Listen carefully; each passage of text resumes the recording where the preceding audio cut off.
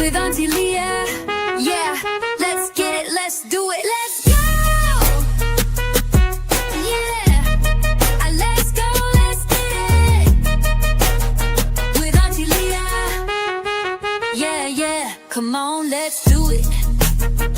Nothing better than kicking it with Auntie Leah. Oh yeah.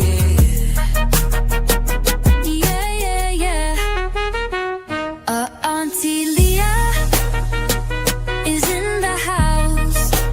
Yeah. We are kicking it with Auntie Leah. Yeah, let's get it, let's do it. Come on in. Come on in now. So Auntie Leah can do a thing. Yeah.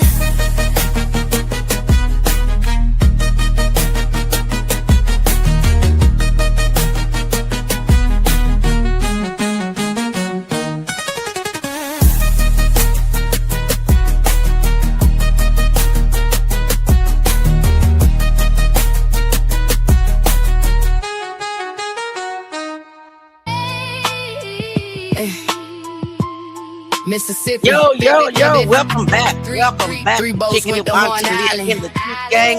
What a Everybody came back except Nolan Xavier Wells. Leo in the They brought his building. phone home, but they left somebody's son behind. This time Blue We Gabby. want every answer. They know how we do it. Mississippi, Gang cough in the them up, comments. cough Let's them go. up, cough 'em.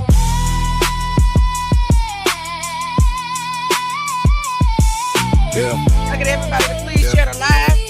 Yeah. Just waiting on some more people to come in. 4th of July, headed out in the sun. 3 boats on the water, but they came back -1. Nolan was 18 with his whole life plan. College football dreams and the future in his hands. They went to Horn Island, everybody there together. Sun on the coast, clear summertime weather. But something went wrong before the end of the day. When the boats left the island, Nolan somehow stayed. They said he made a choice, said he wanted to remain, but he cannot tell his side, so the question still remains. Why would he stay without his keys or his phone? Why would everybody leave and assume he made it home? who was the last one to see him on the sand? Who counted every person for the boats left land? Everybody got We a ain't story, gonna never but the shut town up. got a hole. Mississippi tell Christine what happened to her soul. Hey, her baby didn't come home. cough Her them up. baby couldn't call. Everybody had an answer, but nobody knew it all. If you were there with Nolan, A couple more minutes. come Waiting on people forward to with come the in. truth. Thank you for the 50 in the building. Mother needs an answer. Please hit the like button. What happened Share to the live. you? Hey, Maria. Cough Hey, 'em up, cough them cough up. 'em Cough up, 'em up. Mississippi, cough 'em up this time. Bringing boys forward, Everybody put the drop truth just on the for line. Nolan Wells in the comments. Declaring guilt, we are demanding facts. Tell us Yeah, what we need happened to to know. Nolan and don't hold nothing back. Cough 'em up, Cough 'em up. Mississippi. Every phone and every boat, every picture, every message, every word that they spoke. His mother needs the truth. His father needs it too. Cough 'em up, Mississippi. Cough 'em Tell us what happened to Nolan Wells. Cough up the truth. Bring every hidden detail to the light. Everybody in the bushes. Truth Gang in the building. Mississippi, Everybody get type it Justice right this Nolan time. Wells in the comments. 31, they reportedly pulled away. But when was Nolan last independently seen that day? There's a window wanna in know. the timeline, questions in between. What happened after 4 and what did witnesses see? One we boat wanna taking know. water, bills pumped, acting strange. A call went out for help, then the energy seemed to change. Salute everybody Voices in in the the back. background, confusion on the line. Who was on which Nolan vessel Wells. at that exact time? They reached the mainland, moved from place to place, but nobody turned around to search the island for his face. His mother knew a baby Justin, would not vanish on his own. After midnight, she ain't gonna never shut reported up that her son until I had not tell come him. home. Search teams hit the water when the morning brought the light. Then July 6th, the Just news two and more shattered minutes. every Two more life. minutes. Wait, no. Nolan's body found, but the questions only grew. Right by the Finding him was not the microphone. same as finding out the Hey. truth. Her baby didn't come home At all. Her baby couldn't call. Everybody had an answer, but nobody knew it all. If you were there Shout out with to everybody in the Nolan, bushes. come forward with the truth. Never been to my channel Mother before. needs an answer. All the music. What is happened by to me. you? Cough 'em up, Hey. cough 'em up, cough 'em up, Mississippi, cough 'em up this time. Bring them boys forward, put the truth on the line. We are not declaring guilt, we are demanding facts. Tell us what happened to Nolan and don't hold nothing back. Cough 'em up, Mississippi. every phone and every boat, every picture, every message, every word that they spoke. His mother needs the truth, his father needs it too. Call from up Mississippi, tell us what happened to Nolan Wells. Cough up the truth, bring every hidden detail to the light. Cough up the truth, Justice for Mississippi, Nolan get it Wells. right this time. They did the autopsy, held the findings for review. The family sought another because they need answers too. Independent examination left the cause of man opinion. The family's lawyer said the investigation was my ending. Questions about his neck, questions behind his head, questions about the tissue and what the findings really say. Where is the final report? What will the evidence show? How did Nolan lose his life? His family deserves to know. FBI assistant counting still leading the case. Grand jury expected to review the evidence in place. Ben Crump still beside him said examine every fact. If the light. Thank you so much. Thank you so much for your patience. We appreciate you coming back to Kick It with the Truth Gang. And Auntie Leah, we really appreciate you for being here. Again, thank you so much for being here. You know, it's a lot of craziness going on with this Nolan Wells case. I think they just trying to scare us and make us want to shut up. But you know me, the more you threaten me, the louder I get. Because I can't be punked. I mean, that's the last thing you want to do to me. It's crazy work out here. I mean, somebody sent me this list of potential creators that are supposed to be sued. And I made number 24 on the list. I'm going to show y'all this. Hold on a second. It's a lot of them. These people are crazy as hell if they think they're going to make somebody shut up. We're not shutting up. All you're doing is wasting your time. Wasting it. So it's like 90 something people on here. I am number 24. Leah A. Ficklin is my Facebook name. Don't know if they know my YouTube channel, but that is me. So, and they have Don Lemon on here, Tammy Woodruff. They have Kimberly. I don't know if this is official. This is an official list because Secret Service Sam put it out as an alleged list. At the end of the day, do what you got to do, because what we're not going to do is we're not going to stop asking questions. All we want to know is what happened to Nolan Wells. Okay? Now, I ran across something else on TikTok that looks, not TikTok, what is that? X. And it looks like that Sarah, her name is Sarah Fields, has also put out a call for screenshots and things. So I'm going to show you guys that because they really are trying. And then we're going to watch an interview of the lawyers that is behind all of the alleged and so-called defamation lawsuits that are coming. You know what? Sue, nobody is scared of a lawsuit. It's not like you can send somebody to jail. The only place I'm scared of is jail. I'm scared of jail. I'll be honest. I don't want to go to jail. I can't survive in jail. I couldn't make it in jail. No. I don't want to go to jail. Okay? Defamation, you can't send me to jail. Okay? That's all that matters. That's it. Take us to court. That means you have to prove what you are alleging or claiming is a fact, and you are allowed to be cross-examined as well as the boys will have to be deposed. So I'm like Al Sharpton. Do what you got to do. I'm looking for Sarah's, what is her middle name? She put out a post calling for screenshots and or videos. Oh, here it is. Yeah, I guess the song did it. I guess it must have been a song that pissed them off. I don't know. But I said what I said. So here is Sarah just Sarah Fields. She is calling for screenshots and stuff like that. Can you guys see that? Let me see. I think you can. Let me make it bigger. I'm going to go ahead and just read a little bit of it. And you guys can screenshot this live, record it, and send it on over. Because a lot of us, actually the majority of us, would love for you to sue. I'm just saying. So she says, call for screenshots, videos, and post. Nolan Wells case. I'm sure by now many of you know that I'm working directly with the attorneys representing the boys who have been threatened and defamed in connection with the Nolan Wells case. We have now opened a Dropbox for anyone who has screenshots, videos, posts, or other documentation involving Warren, Jax, or Morgan. Well, where'd Bart go? Where Bart name? Where Bart name at? Damn it, Bart. Where's Bart's name? So now it's just Warren Jackson. Who the hell Jackson? I don't know who Jax is. And now there's a new name, Morgan. Who is Morgan? Sarah, we've never heard of the name Morgan. I know that Jack's name is on the fundraiser, but who is Morgan? Good to know. Good to know. But let's keep reading. Please understand what we are looking for. We do not need random comments or posts with 2 to 3 likes and almost no views. We are looking for the big voices, people with large platforms, viral videos, viral posts, significant engagement, or substantial reach. We have created one specific folder for Ben Crump. Everything involving him should go there. What is this? A scare tactic?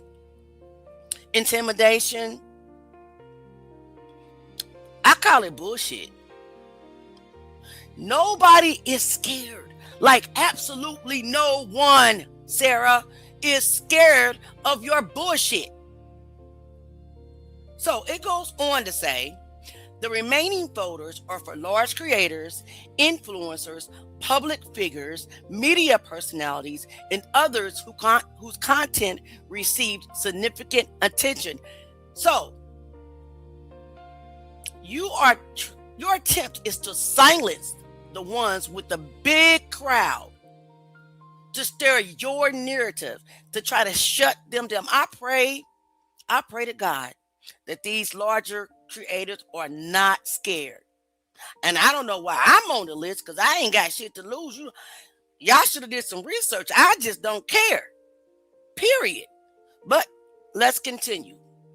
If you have something you believe meets these criteria and would like to help, please DM me and I will provide you with the Dropbox link. And please, if you have the original screenshot or screen recording showing the account name, date, views, likes, shares, or other engagement numbers, send that version whenever possible. Preserve the original content and context. We want to thank all of you for your continued help and support. So many of you have been documenting this from the beginning, and that documentation has been preserved. It's time to hold people accountable. Oh, you mean like how Janetta Brantley preserved the audio that she enhanced so that others can hear what we were already hearing more clear? You're talking about that enhancement, right? The one that you're defaming. This is the lady that you're defaming. I'm going to pull up that video because I want to remind you that you're on social media defaming this woman, trying to convince the world that what she did was wrong. Listen to this. It's crazy work, guys. Listen to this. Can I get everybody to please hit the like button? We'll get into some comments soon. She is a batshit crazy. This lady crazy. Because if I was a cusser, I'll cuss you out. I ain't even gonna lie. But let's go. Now we're trying to walk it back. I actually started realizing, like, I think this is exactly what I heard. That's what made me want to put it out to just make sure I'm not tripping. Like, y'all be the judge. This is what I heard, but don't take what I'm saying as facts. Like, I want y'all to listen to and see, like, let's converse about it. You know what I'm saying? Like, let me see what y'all think y'all are hearing. It's to trust that you know exactly what you're doing. How can we trust you with this audio enhancement? It's what I do for a living. It's literally my profession. I have a bachelor's in music production and a master's in entertainment business. But with that bachelor's in music production from Full Sail, they also taught, audio engineering and things like that. Alrighty, let's talk about it. Let's Mega Crash Outs episode 90. The woman being interviewed in that clip is the audio engineer who cleaned up the Nolan Wells audio from the call made to the Cito company. Guess what my degree is in? Music and entertainment industry studies with an emphasis in technology. In other words, recording arts. You know what I did the last year of my education? Forensic audio. Yeah, let's talk about it. This woman had the audacity to go on this man's show and try to say that she was not spreading a narrative. And she was just trying to make sure that you all made up your own minds about what she knew she was hearing. Yeah, it's just interesting to me that you have all this smoke for a Black content creator, but not Nancy Grace. Bingo. Who used the exact same audio, not the edited version, and came to the exact same conclusions about what was being said. Bingo. But no mention of that here. An audio that she edited added an extra 20 seconds to the C2 call connected to the Norm Wells case. She also tried to say that she was qualified because of her experience and knowledge and education in music production. And she tried to say that with her bachelor in music production, she had education in audio engineering. Let me explain why this is not accurate. You are not qualified, and you did try to push a narrative. And let me explain why it is accurate. She is qualified, and this narrative just happens to be substantiated by quite a bit of evidence. Who I am now and what experience and education I have now. I have an associate's degree in commercial broadcasting with a specialty in communications, which is my qualifier for journalism and being a reporter.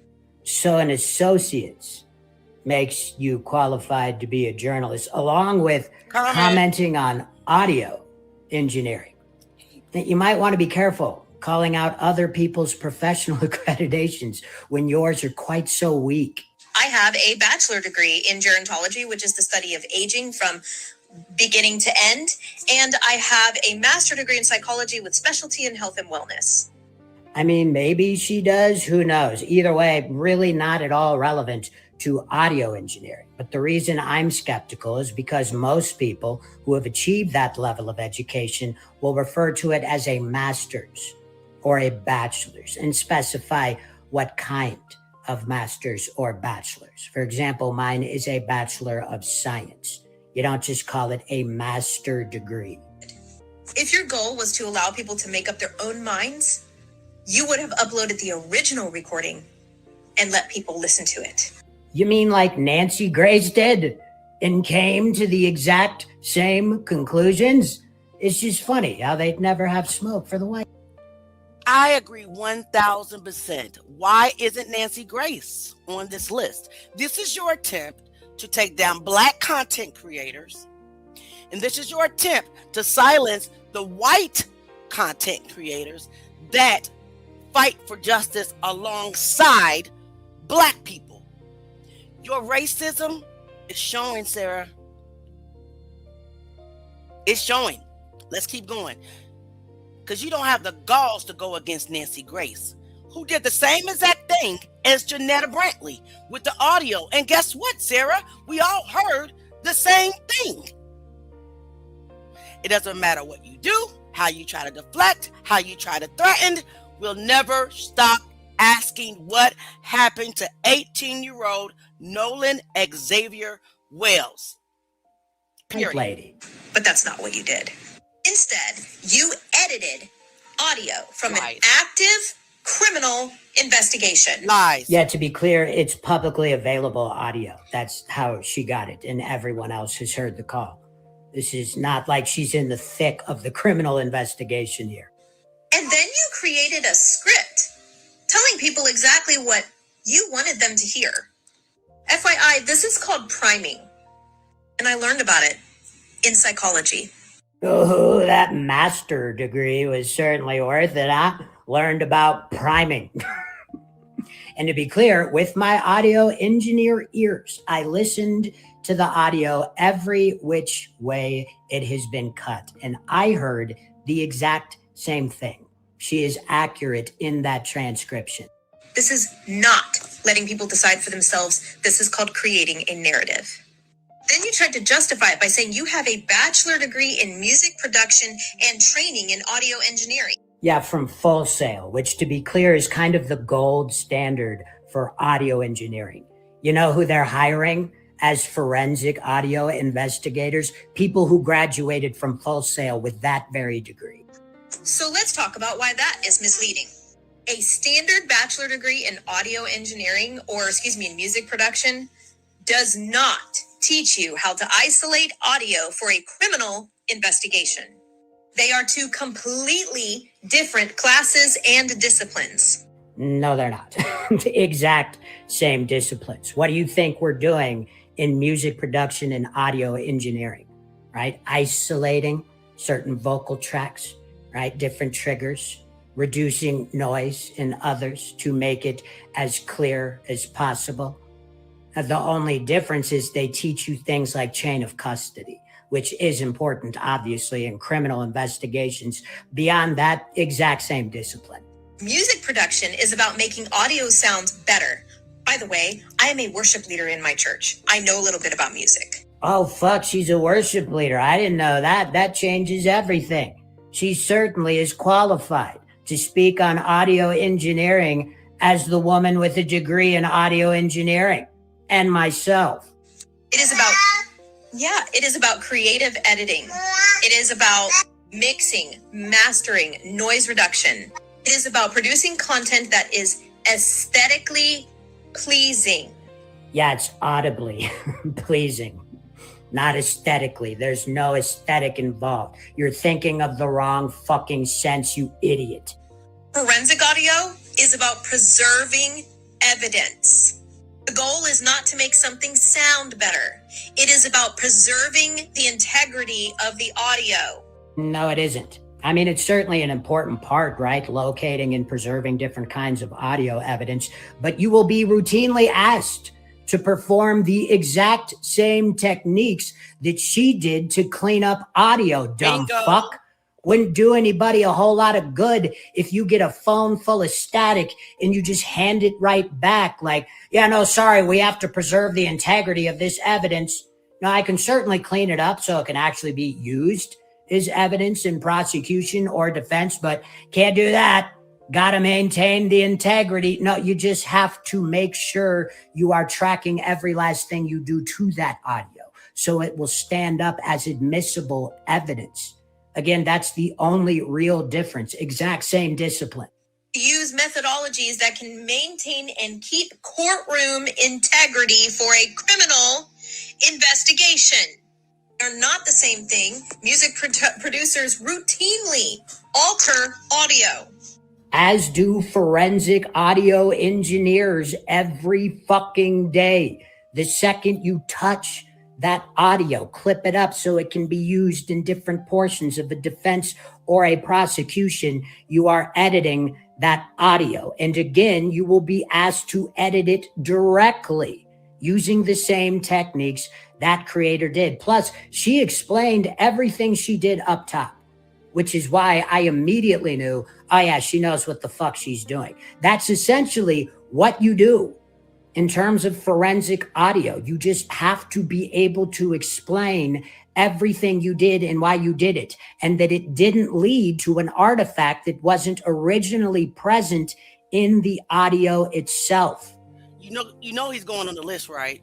This is ridiculous, man. And again, she's not in a criminal trial. This is public audio. That's why it requires specialized training, specialized software, and additional certifications specifically meant for forensic analysis. Again, those certs are mostly around chain of custody, and there's no super secret software they're using that no one else has access to. They will use software that's basically like a syslog that just tracks what you're doing to audio while they use some high-end notch filters and shit. It's just building on things engineers already know how to do. You can teach anybody with a bachelor's how to do forensic audio in 6 to 8 weeks. I want to bring this up. If you truly believed that you had discovered something nefarious, Yes. why didn't you immediately take it to law enforcement? You mean the same authorities insisting that nothing nefarious happened? Again, they have the audio themselves. You don't think they're doing some kind of forensic investigation themselves? And guess what? It's gonna sound the exact same. Yeah, because those are the techniques you use in forensic investigation. You chuckle fucks are way too comfortable commenting on other people's accreditations with your little associates, calling yourself a fucking journalist. Now we're trying to walk. he just ate her up. Shout out to him. He ate her up. And I'm gonna say I concur. These little techniques that they're pulling out their hats, the intimidation tactics, the fear and threats of lawsuits and things like that, it's not going to work this time. It's not going to work. It's just not. Sue us. Sue. I don't give a... I want to cuss so bad. But anyway, welcome Roguish in the building. Thank you so much for being here, my brother. Hey, Stella Pooh, thank you for being here. Let's take some comments real quick before we get to our next clip. I just think that what they're trying to do is so blatant and in our face. And it's really like, yes, do it behind a computer. You actually won't do it in our face. But yeah, say what you got to say. Do what you want to do behind a computer. You're just big, tough person. It's just ridiculous, guys. Behind the computer. Cyber thugs. Keyboard warriors. That's what they are. Not going to do anything to nobody's face whatsoever. William says, show no agreement to the devil. And let me see. Tiana says, that's what she wants, a phone full of static. Absolutely. They didn't want to be heard.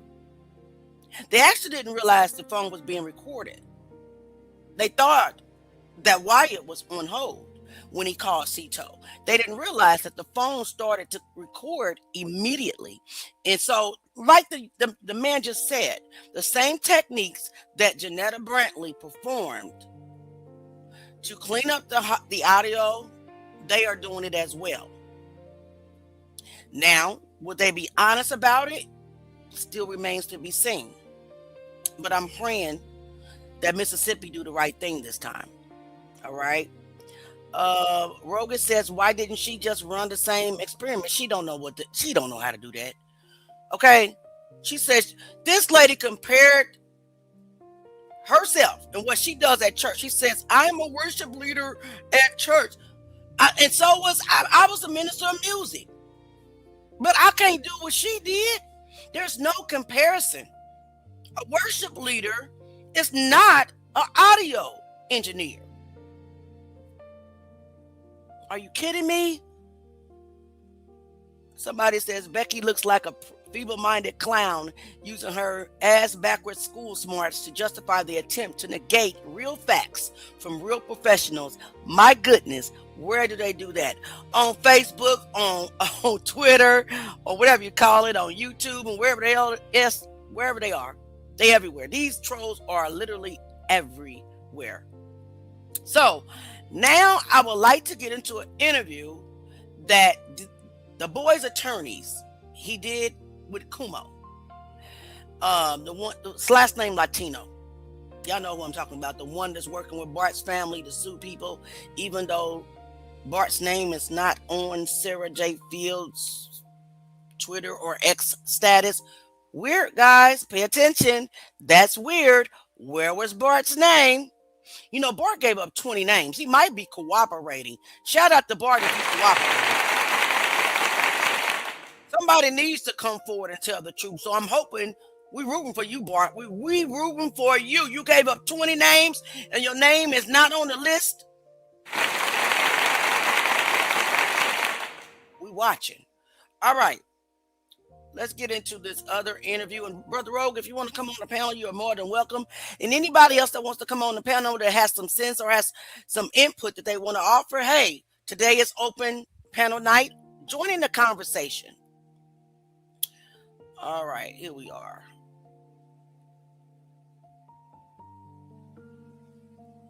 And let me hit play. I don't even know if I can listen to this whole interview. Bart Edmiston Jr. You've heard that name if you're following the Nolan Wells investigation. The question is, why did you hear it? Did you hear that he was on the boat, the same boat that Nolan was on? Did you hear that he was part of that Cito call that's out there now. Did you hear that he was part of a conversation that seemed very troubling when you match it to the transcript about what was happening to Nolan Wells maybe on that boat? Because it seems to be going on contemporaneously at the same time as the CETO call. I'm Chris Cuomo.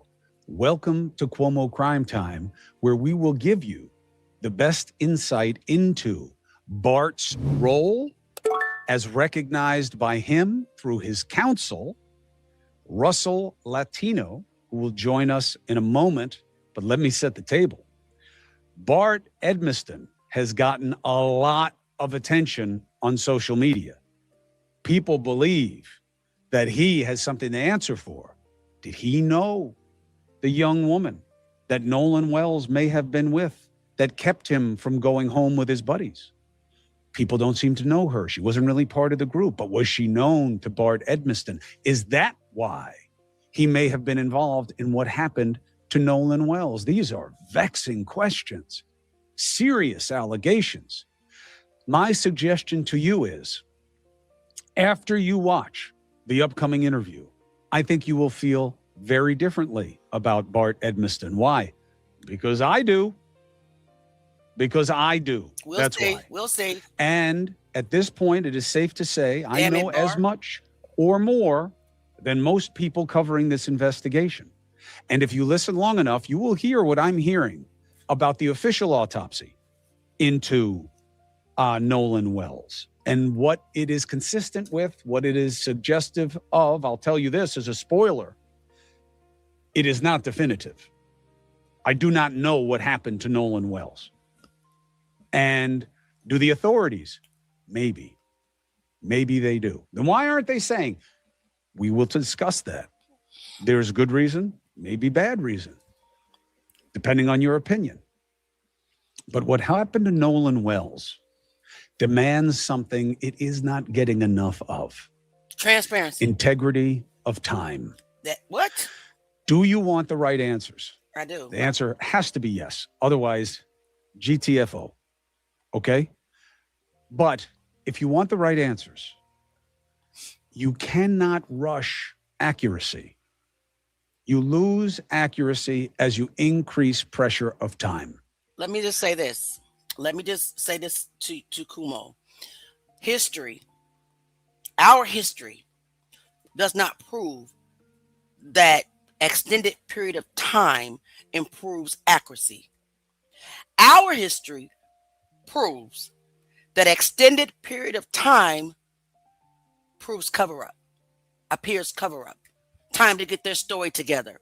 Time to pick and choose evidence on what they want to present to the grand jury and what they do not want to present to the grand jury. So we can agree to disagree on that part right there. But let's get on with the interview. I want to hear what everybody has to say, Latino. And I want to hear your thoughts on the autopsy or your inside information. But don't try to think for Black people because you're not Black.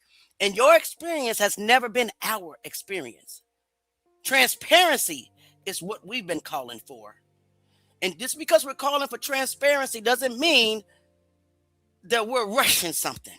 Because they know how he died already. The how. They know the how. Maybe not the why yet, but the how. Thanks. Do they know more than they are telling you? Absolutely. Are they not telling you for bad reason? Not in my estimation. Do I want to know more than I know? Of course. Of course. Do you really? But that's a fundamental tension. Okay? Due process demands the integrity of the process. I love leaks. I love accurate leaks. Why? Because I want to know more. And I do think it helps me as a watchdog on the system. But presenting to a grand jury, it is a secretive proceeding. It is. Just look it up. And I understand now that this prosecutor in Mississippi does it a little differently than some others do. Why? Well, they don't go to the grand jury with everything. And this prosecutor is more inclusive. So you can't read into it going to the grand jury as if it is suggestive that she believes there may have been a crime. I don't think that that's a fair assumption. We'll explain why in this interview. But I do think at the end of the day, there are real questions about how a young, strong college athlete just died and nobody saw anything, nobody knows anything. That strains credulity. It would shock the conscience. Why? Doesn't make sense. I mean, anybody who's paying attention knows it wasn't 4 people go out, 3 men come back, or 5 go out, 4 come back, whatever the math was. And just happens to be the odd man out, the black guy who doesn't come back. It's not as simple as that. There were hundreds of people where they went. Somebody saw something. Somebody may have seen everything. And the investigators may well know who that person is. But is it Bart Edmiston? Was Bart on that boat helping or hurting? Damn and it, how Bart. do we know? Don't know. Did Bart know the young lady that may have been with Nolan Wells? Was he jealous? Those pictures you've seen, are they accurate? Are they fair? That audio you've heard, is there a basis? What does Bart Edmiston say about that audio? What does he say? Now you will know. Here is his counsel, Russell Latino, who is representing Bart Edmiston Jr. 21 years old, knew Nolan Wells, was part of that group of boats and friends that went from the coast of Mississippi out to Horn Island together. That is all true. He knew Nolan Wells. He was part of that group. But which part and what happened? Here's what we know. Counsel, thank you for joining us once again. And just to be clear with the audience, Russ Latino, real last name, Italian, sounds Latino. I thought it was a marketing ploy. He says no, but it works a lot of different ways. Counsel, thank you for taking the opportunity. Yeah, thanks for having me back. All it literally means is somebody that speaks Latin, which, as you well know, originated in Rome. So it's a commoner's last name. Also happens to be the word associated with an entire ethnic group. So it's confusing. It works a lot of different ways. Let's leave it as that. It's adaptable. So before we go broad, let's go narrow. Is there anything new in terms of your client and your pursuits? No, I mean, look, we're monitoring the things that are being said across social media. I think in the next week, there'll be additional activity around some of the accounts that have sort of driven some of the most, what we believe are egregious narratives around my client. I think the reality is that the internet is fickle. And so at some level, as other people insert themselves or other names come out, the internet has a way of rotating between people. And they're assigning different people culpability based on the day. So, to review, your client was there that day, was not an intimate, was not part of the group that has been framed as being with, framed meaning pictured with Nolan Wells. He was on the boat.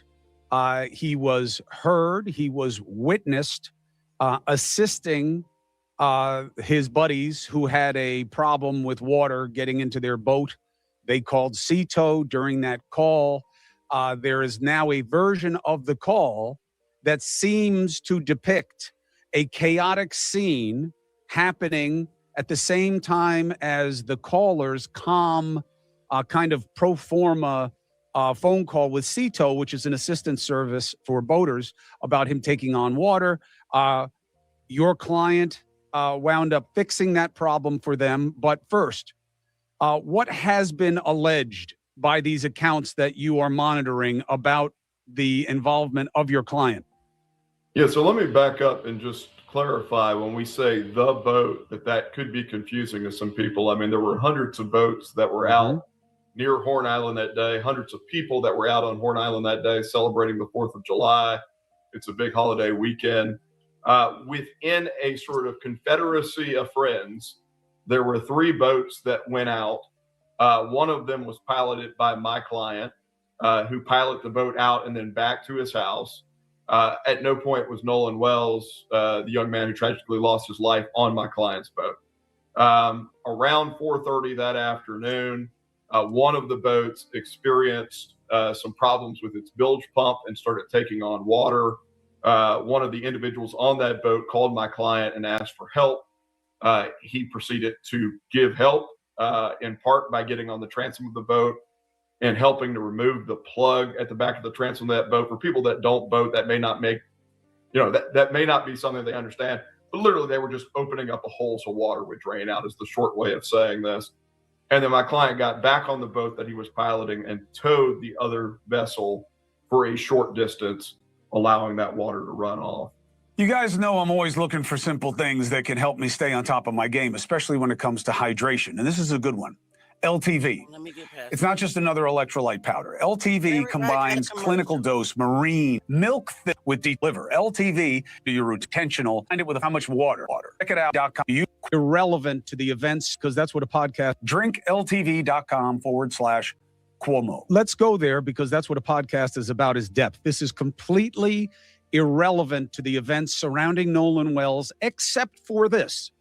If Brad, in quotes, or Bart, in quotes, or Billy, in quotes, because your client is referred to by multiple different names, not by you, not by him, but by people on the internet.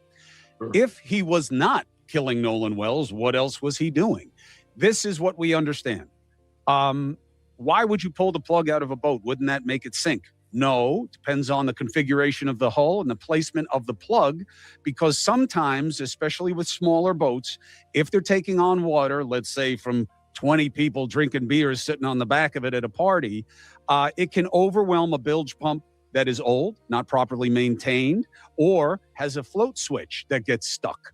And any of those things can happen and you are in a bad position. However, if you know what you're doing, you can pull the plug and then drag the boat so that it goes fast enough that it rises above the level of where the hole is. So instead of allowing water to come in, it allows water to drain out. And then you put the plug back in nice and quick, and you don't have water in the boat anymore, but you do have to address the bilge pump, which you do at a later time. That is an operation that a lot of boaters know, a lot of boaters can do. And that is the involvement that you are saying, counsel, your client had on that boat as it was leaving. Yeah, that's correct. And the end result. Are you impressed that I nailed it, by the way? Are you impressed that I I want to nailed know it? who you've been talking to. Are you a boater? I am a Coast Guard captain, certified, and I have been talking to all of these different people and families and people close to the investigation. And a lot of this is new vocabulary, new vernacular. A lot of people see this story very one-dimensional. Mississippi, racist, one black kid, a lot of white kids, the system protecting, and none of this boating stuff makes sense. The boat wasn't sinking. That's a lie to cover a murder. I understand boating differently. I understand investigating differently. I know the operation you're talking about. It is absolutely plausible that this is what was going on. And there are multiple witnesses who say this is exactly what they witnessed going on. Well, and let's be very clear about the multiple witnesses, because I think there have been some narratives set based on pictures that are not accurate. So very early on, the narrative that was set was we had one picture with Nolan and 3 friends that are white on the back of a boat. And I think a lot of people developed the thought, okay, 4 friends went out on a boat together. 3 came back. Only 3 came back, and they went to some desolate place. The reality is they went to a place with hundreds of people. There were way more than 4 friends. It was a mixed race group.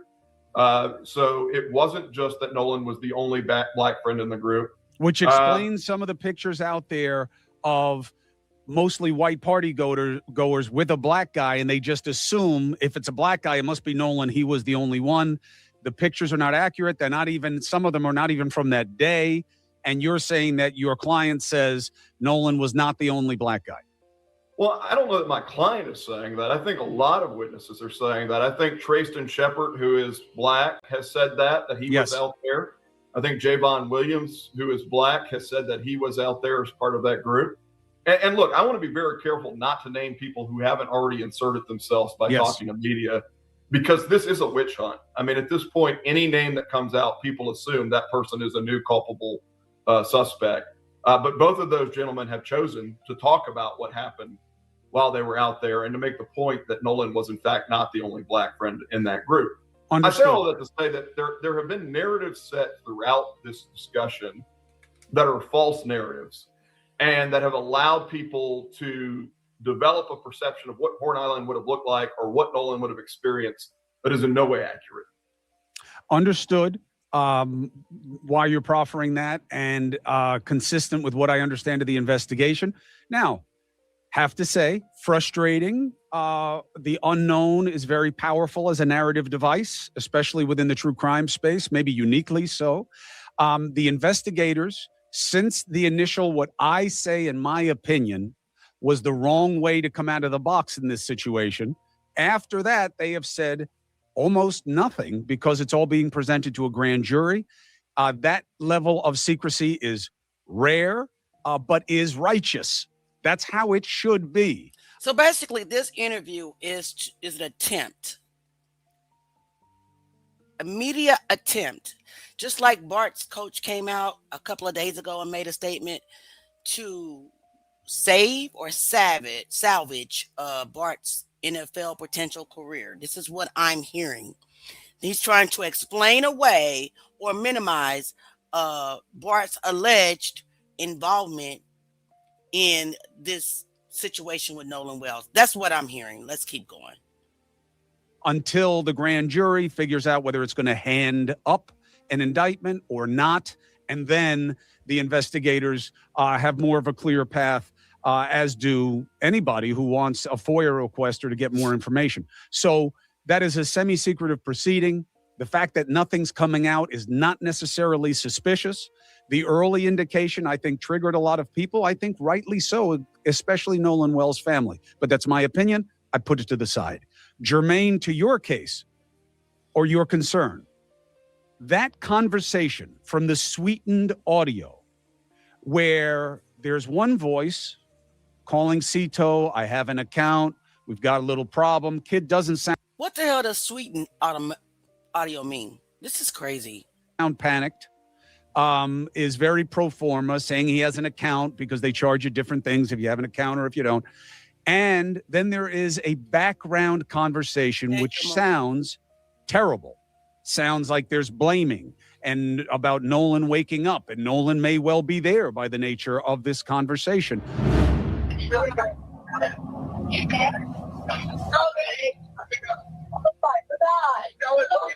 Cito Assistance, Vicky speaking. How can I help you? Hey, we're at the west tip of Horn, and our bilge pump stopped working. We're sinking. Can y'all please come? We have a membership. All right, of course. How far is the work coming up, sir? Can you give me a description? Ankles? Hello? Hey. Yes. How far is the water coming up, sir? It's coming up. We're just sinking. I don't know. Like we're going down now. What is your position on the veracity of that sweetened audio? So let me address a few things that you said there, and then I certainly will address the audio. There were more than 20 people between those two boats that witnessed what happened between those two boats that were on those vessels. There are, in fact, pictures of who was on those vessels and video of who was on those vessels. There were also a lot of people that were in the water. Like when we're talking about the aid that my client provided to the distressed vessel, it wasn't way out in the water. It literally was while they were still anchored next to Horn Island. So understood. Dozens of people that saw what happened there. Understood, which makes sense because an experienced boater, which these kids are, they go to the island all the time, they fish all the time, they're around boats. You don't take off if you're taking on water. You try to figure out what it is and what to do about it before you leave. I mean, I've been in exactly that position. It makes sense that it would have happened while they were still stationed. So, and so let's also, as we talk about the audio, acknowledge what you said about why investigations stay quiet the way that they do. Because I actually think the audio is a great example of why investigations stay quiet. That audio gets released by the Mississippi Department of Marine Resources. A version of it, it's not clear that that was the original audio. And then people take it and try and pick it apart. So you have mentioned enhanced audio and different things that people have heard. It's worth noting that there's been more than one source of quote unquote enhanced audio, that audio appears in different lengths, that different forensic experts have said that there are quote unquote artifacts that were added to the enhanced audio, that music was removed from the enhanced audio. And so all of those things should create a degree of skepticism. The other thing that I would say is that if you listen to even the enhanced audio, and News Nation had a guy on recently, Robert Freed, who talked about this, who is an audio expert. You know, if you listen to it without the transcript that some people have put on top of it, even the enhanced audio is garbled mess. And so what I would say is, you probably are aware of this. There's all sorts of scientific research on this about the way the human brain processes and offers preference to certain types of input. There's a visual input preference over an auditory input preference. There was a famous experiment done around this, Chris, where two groups of people were put into separate rooms with a noise that didn't say anything. And they were told, one group was said that the noise was the word green needle, or words green needle, and the other was told. I don't know about you guys, but even in the unenhanced audio, I heard the same things. So I am not sure on why they are trying to gaslight America or the world in believing that we didn't hear what we heard. Let's keep going. Crazy word. That it was the word brainstorm. And they got put back together, and they both swore vehemently that they had heard either green needle or brainstorm because they had that visual cue. So I think there's a reason that reputable outlets have chosen not to run enhanced audio, because if you're a reputable outlet, you try to figure out who put this together. Did they start with the original so that we know it wasn't corrupted from the beginning? Is there evidence of corruption that we can detect? Are the links the same? Mm-hmm. Does that person have bias? These are the questions you'd want to know before you put something in front of people with a written transcript that tells them what they should be hearing, and then allow it to mislead people. We put zero stock in enhanced audio, quote unquote, enhanced audio. And I think that there's a reason that reputable outlets, and candidly, a lot of reputable audio experts, are saying that people shouldn't either. High prices are here to stay. Gas, groceries, insurance. It's going to take time. And do that. Low mortgage interest to fix. Only make America. How? You owe it to you. I can tell you that. And there's no pressure. Cost you nothing. Two more. 80-20-26 Cuomo. I've seen multiple versions. The one that is getting the most traction is a black female who seems to be well-versed in audio editing. And she goes into great detail of what why does she have to be a black female? Just say her name, Janetta Brantley. These people. She did. And then it has this background conversation. I have used sweetened audio or audio sweeteners, not just for simple editing purposes here, because obviously my voice is near perfect, but in making things clearer in audio. For example, there is an infamous/famous recording of one-time Trump attorney /bagman/confidant Michael Cohen having a conversation with then citizen Donald Trump about certain payments to certain women. And we used audio sweetening to bring out the voices. It can be done. It can be done forensically. It can be done well. Here is the good news. It doesn't matter about anything that I'm saying, or frankly, counsel is saying up until this point.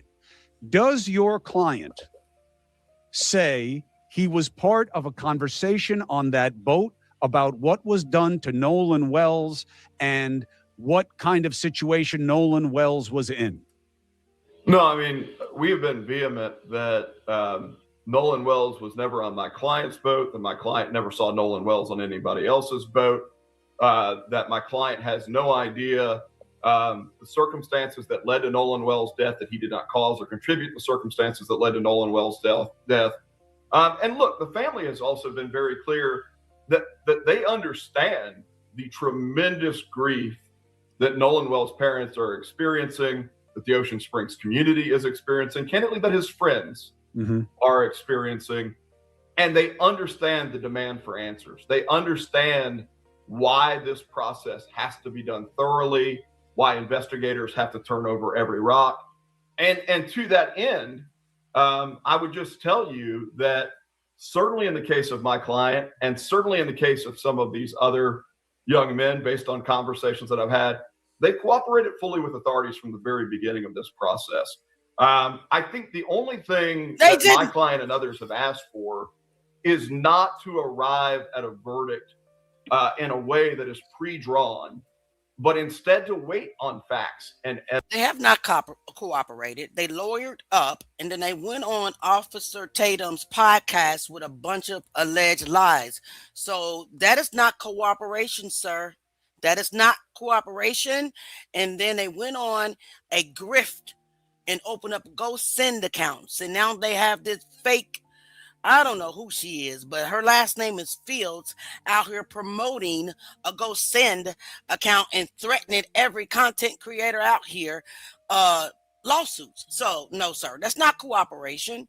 Stop it. Evidence before you convict someone in a court of public opinion, because the consequence of that is that you're ruining people's reputations. The consequence of that is that you're subjecting people to actual physical threats and violence. And that's not the way that our system should work. Has it slowed down? How is your client handling it? I would tell you that, he's a 21-year-old, kid's the wrong word, because I know that's a grown man, but you can remember being 21. He is a physically grown man. He is not an emotionally or cognitively grown man. I've got one at home. In fact, I've got two at home, one male, one female in that age range. I see them as children within the eyes of the law, obviously adults. Right. And I'm not suggesting that's not true, but I am suggesting that you and I both remember what it was like to be 21.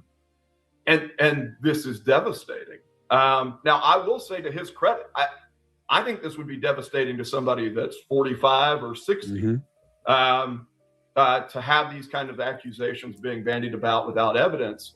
To his credit, he is an incredibly mature, candidly wise young man. Well, this kind of situation makes you grow up fast. But just for the benefit of the audience, as a simple colloquy, you just stated there were multiple witnesses to attest to this one way or the other. Your client was not on a boat with Nolan Wells. He knew Nolan Wells. He was not with him.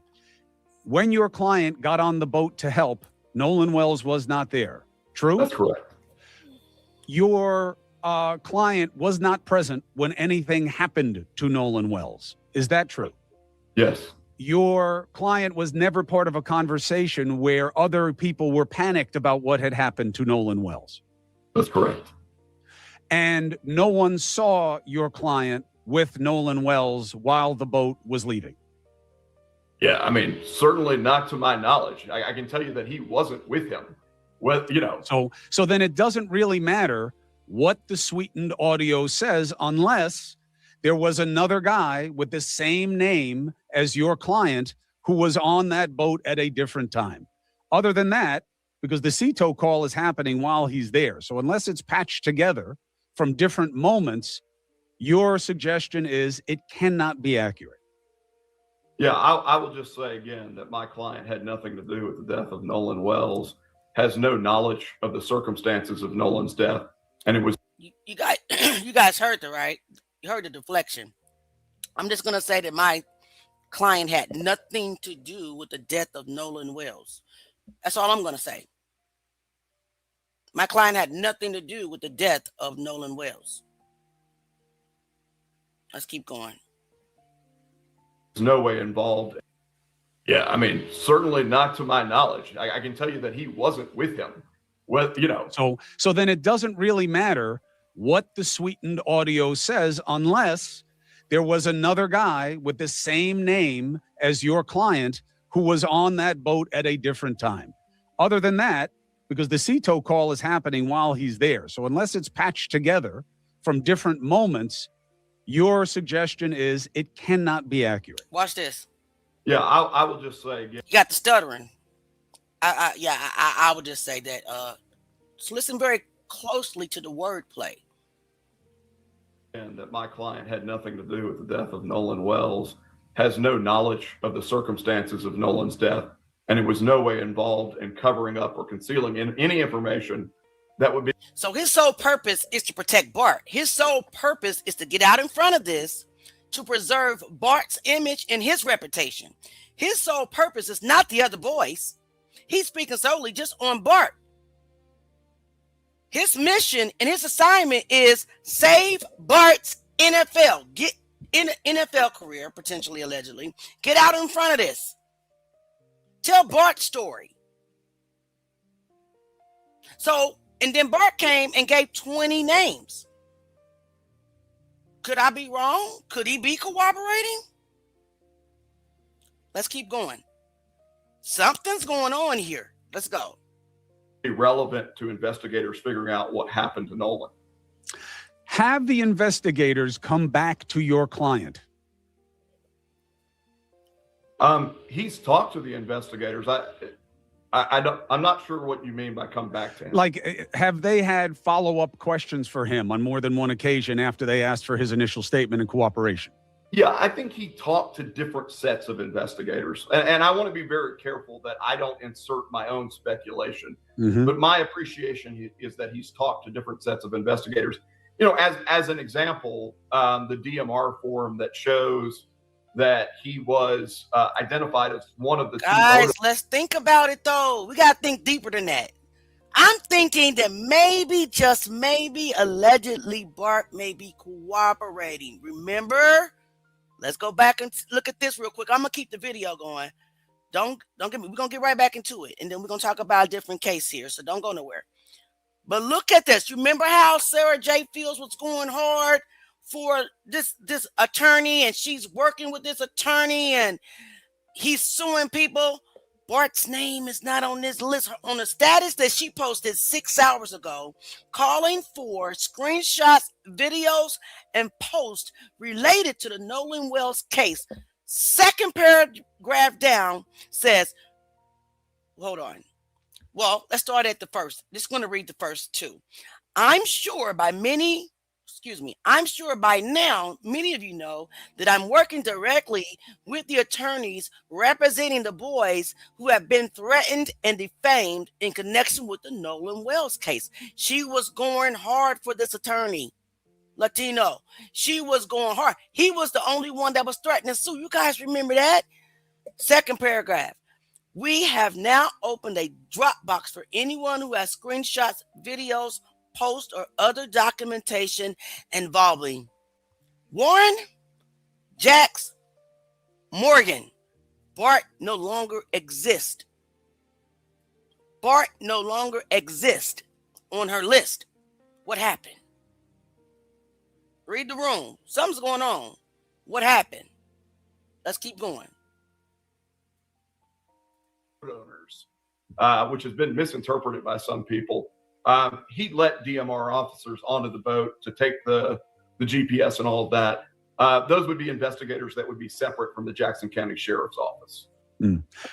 Does your client remember the last time he saw Nolan Wells at the event? Obviously, he knew he was part of the group, even though he wasn't with him specifically, because it was multiple people, multiple boats. Does he remember the last time he saw him there? Yeah, what I would say on that is he has told me that he did see Nolan that day, but that they really didn't interact that day. One of the things to appreciate here is that my client is 21 years old. He did play football with Nolan Wells in high school, but he was 3 years older than Nolan. And so certainly my client would consider Nolan a friend, but it wasn't the same sort of level of relationship. They didn't go out there together that day. Understood. There's also a suggestion that your client knew the woman being called Katie, who may have been with Nolan Wells, may have been his reason that he didn't want to go home with the buddies who brought him. Yeah, and so there have been a number of just purely made up things, and this is one of the more egregious purely made up things. What happened in this instance, Chris, is that somebody literally went and pulled a picture of my client with a young lady that was several years old and then misidentified the young lady as someone named Katie, who, according to other witnesses, Nolan was speaking to that day. Mhm. The problem with this level of speculation, which has gone on to, essentially that my client had a relationship with this person named Katie, and it created jealousy that Nolan was speaking to her, and that is evidence of motive. The problem with that line of reasoning Let me is correct that the person in the misinformation that's being photograph. spread in my comment section. Autopsy did not come back no foul play. The independent autopsy came back as undetermined pending additional investigation. And we don't know what the damn first autopsy came back as. So why are you lying in the comment section? Somebody get him out of here just for lying. Just for lying. Stop. Upon which the entire theory is based is not, in fact, someone named Katie. And let me say this, because some news organizations have covered this point as if it's a he said, she said debate. Journalists are capable of actually figuring out who is in the photograph. There are people that they went to high school with who can tell you who's in the photograph. The young lady's mother can tell you who's in the photograph. The young lady can tell you who's in the photograph. We've chosen not to use her name because we don't want her to face the same ridiculous level of scrutiny and craziness that's going on the internet. But this is not a he said, she said. Like, this is a verifiable fact that the person in the photograph that's been used to create this crazy theory is not someone named Katie. Right. And it's also a fact that Bart had never met this person named Katie, had no relationship with this person named Katie. It's just literally people pulling things out of thin air. That's the nature of clickbait. Sometimes it's well-intentioned. Sometimes it's curiosity. Sometimes it's cynicism. Most of the time, it's about clickbait for profit. And that's what works. That's what gets you the views. And you do not have the same kind of liability that I do at News Nation, or I do as a known entity, as a lot of these other people. There's not a lot of pockets to tap. There aren't corporations attached. And to that end, what we're seeing with you, Mr. Latino, is kind of the new normal, which is I'm going to hire an attorney if I'm Bart or his parents, and I'm going to go after the people who are going after me, put them on notice to cease and desist their disparaging and defamatory comments. And if they don't, I will sue them for the same. That has been your approach. Has it changed the disposition? I know one account responded by saying basically, bring it on, as if they were welcoming of that. What is your assessment of the situation and in response to that? Yeah, I would say that ultimately issues like this aren't going to get decided on Facebook, but in a court. I would say that the same individual did actually take down all of the posts related to my client. And I can confirm. While simultaneously inviting us to bring it on. I would also, not that it's my job to give counsel to people who may be on the other side of us, but, those posts are going to be evidence. The posts in which people talk about getting rich off of the fact that they're making defamatory comments end up as evidence. And I would suggest that it's evidence that federal judges probably won't look too kindly upon. Yeah. The impact on Bart, his life, how serious have the threats been? I know that there was a suggestion that his accurate address had been put out there. What have been the effects of the notoriety? Yeah, and so the answer is that his address was put out there. Pictures of his home were put out there. Land plats showing where to find the property relative to other property were put out there. That's doxing. That's all of some of these platforms' terms of service, but candidly, some of these platforms are slow to act on those things. Look, we believe the consequence of that and some of the things that have been put out there are the credible death threats that have been received both by my client and his family. I don't want to sensationalize those things because candidly, I don't want to invite other sickos into the fold, but they're real. and law enforcement has treated them as being real, up to and including an arrest by the FBI on Friday. And look, it is not a secret. The account, well, there are multiple accounts, but one of them is known as Kimbra Lee. And she has said that she stands by everything she says, but the posts and the content on that page has changed the last time I checked. Yeah, I mean, like I said, there have been things removed. There's also been additional qualifications, I think, in the way that it's getting presented. We know who that person is. That is a pseudonym, but we know who that person is. It is often a pseudonym. It is often that way. Not a lot of people want to own what they put out online. So let me say this on there are like three levels of analysis here, right? To us at least. There's who are the defamers that are just making up things wholesale, right? And then there's a more sophisticated layer of people that we think send signals, who maybe try to skirt defamation, but actively send signals that some of these folks who are a little bit off hinge pick up on and run with. And then I think there's a third level, and whether this is moral culpability or legal culpability, we'll find out maybe. But the platforms that allow for the proliferation of very sensational conduct, defamatory statements, but candidly that have a design that not only allow for that, but that push that and that create both a profit motive for the platforms, but candidly a profit motive for the people who are creating that content. Yep. I think it's all relevant. And of course, the shame is that this on certain levels doesn't make sense at this point, but that's because of all the layers that have been put on top of the unknown in my assessment. Now, I am hearing from sources that I will protect close to the investigation, that the investigators do have more information from their autopsy, not the autopsy, the secondary one that was done by the family and their agents and representatives, which was, of course, going to be less conclusive, less helpful, frankly, than the initial one, because certain things were removed and kept for later investigation, which is very normal. The suggestion that they took things and hid them so the family couldn't find things out, I see no basis for that. And certainly autopsies regularly collect tissue samples and other parts of the body for examination. You have also heard that they know things about the first autopsy. Yeah, so what I've tried to do is not to increase or worsen a speculative environment. There are things that I know that I think the average person doesn't know. I think there are things that I know that the average person doesn't know that are not points of speculation. One, that they found now, and again, this could cut three different ways.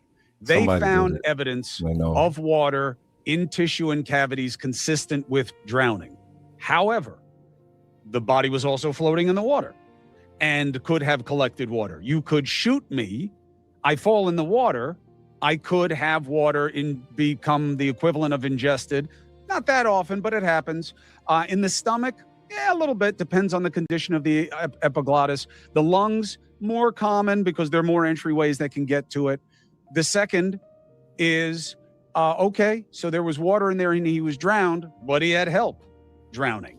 And that the third possibility is that there was water there, but it is not conclusive. I am being told it is consistent with drowning. What that means investigatively is still open to interpretation. You've heard the same.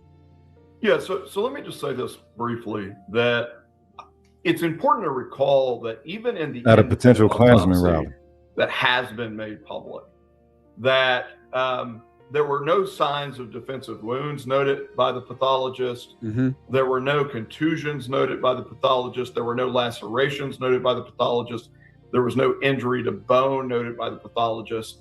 And so I just want to say that because I understand you're offering a hypothetical by saying you could be shot and then put in water. I want to be very clear that even the independent autopsy did not have any indications. There is no suggestion of gross injury. I thank you for the clarification. I do not mean to suggest otherwise. I'm saying that what I have been told, that there is evidence consistent with drowning, doesn't mean that he drowned necessarily, or that the drowning was the cause of death, or the water in there was the cause of death. I'm just being open-minded. All over the place. That is the most practical way to be. Subject They to, are all over the place. I have not seen the report of the first autopsy. The second autopsy, they did find a red spot on the back of the skull, as people should be aware. What is that? It could be several different things. It could be friction. It could be rubbing. Blunt force, probably not, according to the notes as reported on that second autopsy. Could have been from sitting on itself and lividity, the pooling of fluid, blood, etc. Why he looking like that? Subject to decay and decomposition. You do not want to have this conversation. He actually, Kumo looks extremely red, and the guy on You the don't want right. to talk about this shit now. I don't want to have the conversation. No, and I don't know why This he's is talking hilarious to about. watch. I don't know why he's even talking about the autopsy with this guy. Well, he's trying not to sweat. The thing is, they don't like talking about this case. It's bad no matter how you look at it. This is true. Yeah. This is true. Let's keep going. Almost done. How you doing, sister? Respect. I am doing good. Everybody, welcome our good brother Rogus to the stage.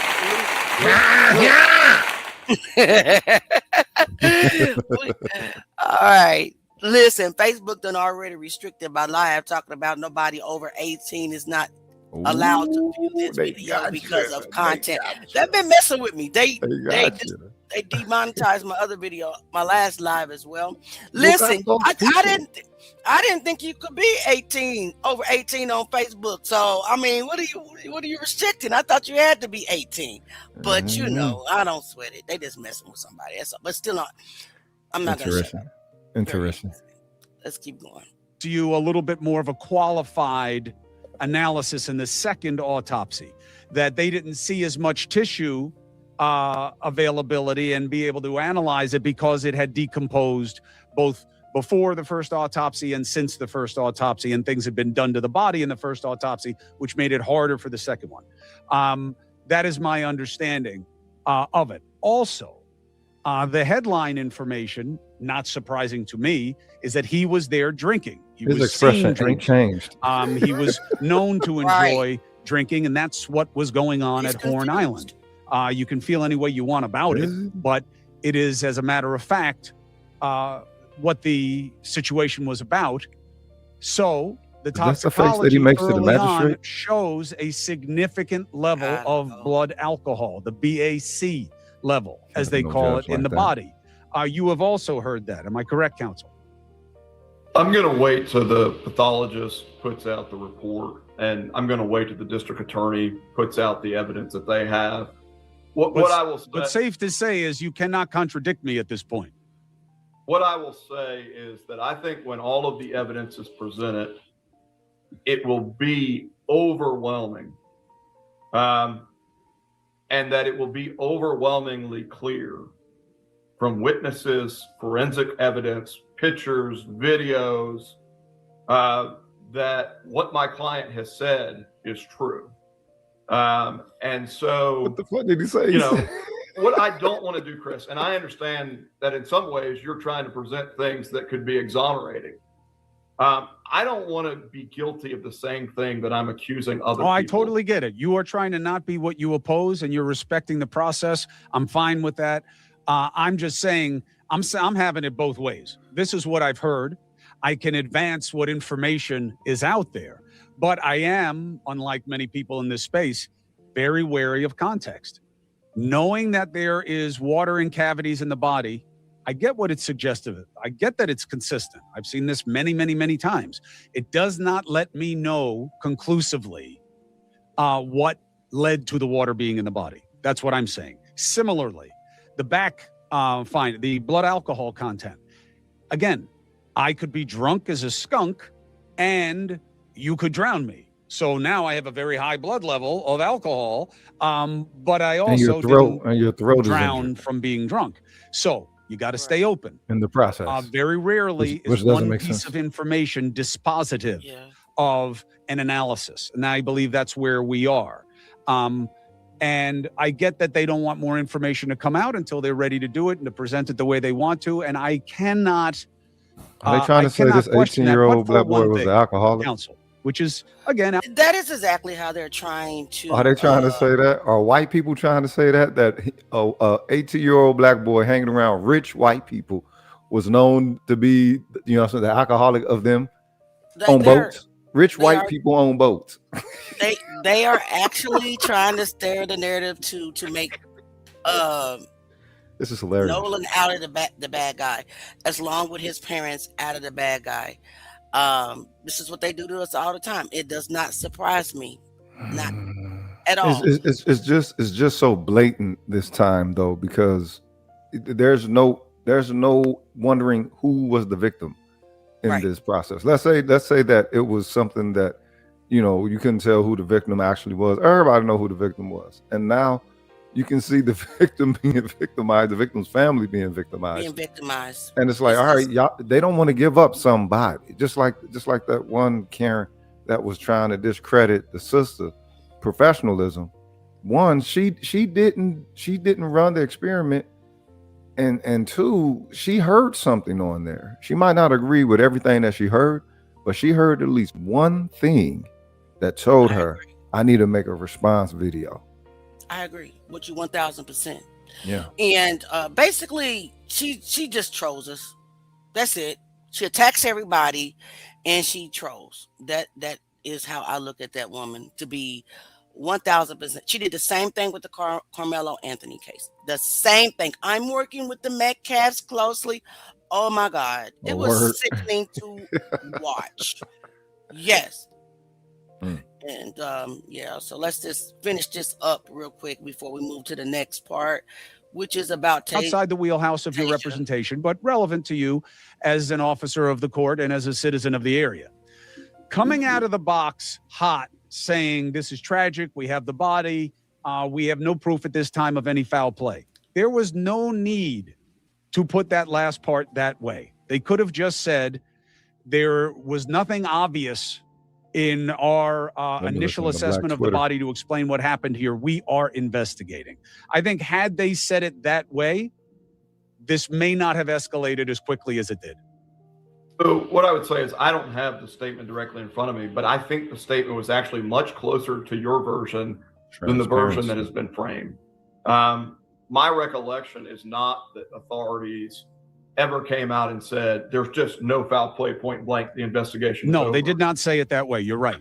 They said so we don't have any evidence of foul play at this point. But it's an ongoing investigation, right? And I think, that's actually not uncommon in the sense that, like, you're able to examine a body and see that there aren't signs of defensive wounds and things of that nature. I understand your point, which is people interpret it one way. It became a narrative as to, did these folks jump to a conclusion too fast? Well, what I would tell you is this, and I just want to reiterate. I think that people have every right to be skeptical. I think people have every right to have opinions about the quality of an investigation. I would say that a learned opinion would wait to see what the investigation actually uncovered. But people have the right to have those opinions. I think where it gets dangerous is when you presuppose a verdict, when you presuppose that certain people are culpable. So I don't fault anybody for asking hard questions. Certain people say white. He isn't scared to say white. Go ahead. That we're living in a society, Chris. What'd you say? He didn't say white. He said certain people. He did the people pause. There's certain, if everybody does it in some form or fashion, they have their pause of speaking upon white people pause. So the root word or the next word will be people, right? But then they'll say a context, knowing that they're alluding to white people, but they won't say white. So he said certain people say white. It's Mississippi. It was at a known Klansman ritual spot. You mean to tell me on July the 4th, 250, that don't sound like ritual to none of y'all? That don't sound like ritual to y'all? It does. It does. It absolutely does sound like it. I've heard that narrative more than once, and it makes sense. It makes sense. Mississippi? Yep. Especially with their here with the history. Yep. I did hear that Horn Island was a place that rituals were performed. Also, it was America's 250th birthday. Yeah. Also, that the sand, the sand was haunted. Listen, it's the South. It probably was a lot of black bodies that ended up on that remote island, buried there. You know what I mean? So, yeah, we're gonna get into that as well. I just wanted to get through this so we can get to the next part, because I wanted to talk about the Dixie Mafia that is in Biloxia, Mississippi. Nicely put. That's where Nolan Wells died or was unalived. So, all right, we're gonna wrap this up real quick and we'll move on. It was another young lady that also was found, unalive from a tree, hanging from a tree in Jackson, Mississippi. Road of suicide. Did they say that's what that is? Yes. They said that's what it was? Yeah. I didn't know. Yeah. Dr. Ritchie had a live on it today, and he spoke with the sister of the victim. Right. I was going to play that. Yeah, inconclusive. Yeah, all right. Yeah, my bad. Rock with it. Yeah, we're going to talk about that next, okay? Yeah. All right. Where it is much easier to let our ADHD or our attention deficit get the better of us because we feel entitled to answers. Like something gets us fired up as citizens, and we immediately feel entitled to answers. His family's entitled to answers. The people in the community are entitled to answers. There should be transparency, but there are a lot of people who view themselves as internet detectives, and their sort of short attention spans are so consuming that instead of waiting for facts, instead of waiting for evidence, instead of waiting for the investigation, they create their own theories, their own facts that are completely baseless. And I think that's dangerous. And candidly, it's not just dangerous It's to with the facts that you give. like my client. Wait, pause it. It's dangerous to It's the process. it's the same facts that they get. It's the same facts. Nobody's making nothing up. It's the same facts that they get. And then at the same time, brother, they are forcing people to become internet detectives when they're not giving us information, when they're acting suspicious, when they're sealing autopsies, they're not being transparent, they're not giving transparency updates, they're hiding behind grand juries, and I don't give a crap that it's Mississippi's norm. In my opinion, Mississippi created that norm just for situations just like this, so they can hide behind a grand jury. All right, Bart. Yeah, damn it, Bart.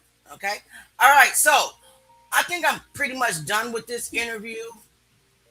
I just want to watch just a little bit more, just in case, because just give me a moment. What did he say about the autopsy? In a case that there's actual foul play, whether it's this case or any other case.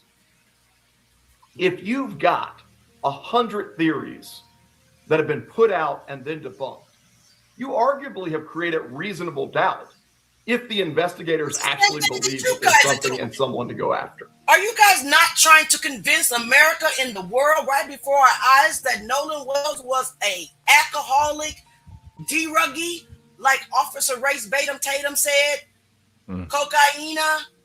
It's the same thing that you guys are doing, but you're doing it worse. You're blaming a victim. Foul. Very Humanity. Humanity. Your humanity is flawed, bro. Lou. Is noise shadow. Your humanity is flawed. You're supposed to have some empathy. This is human versal empathy that everybody's supposed to have for this particular situation. It just hit home to us because we had the longest history you know what I'm saying, contending with this. But if it would have happened to anyone else, this is, you know what I'm saying, it's the same thing. It looks shady, bro, Lou. You can't say that it don't look shady. At least the two dudes talking in their premise when they first started talking, they established that premise that it looks shady, and if people have questions about things that don't look like it's holding the right integrity, they're you know, you can afford them that. You just don't want to hear it. They don't care. That's sad. It's very sad. 30 soul motherfucker. Let's go. I think that people need to think about this, not in terms of just the damage that they're causing to individuals who are innocent and are being wrongfully accused of stuff.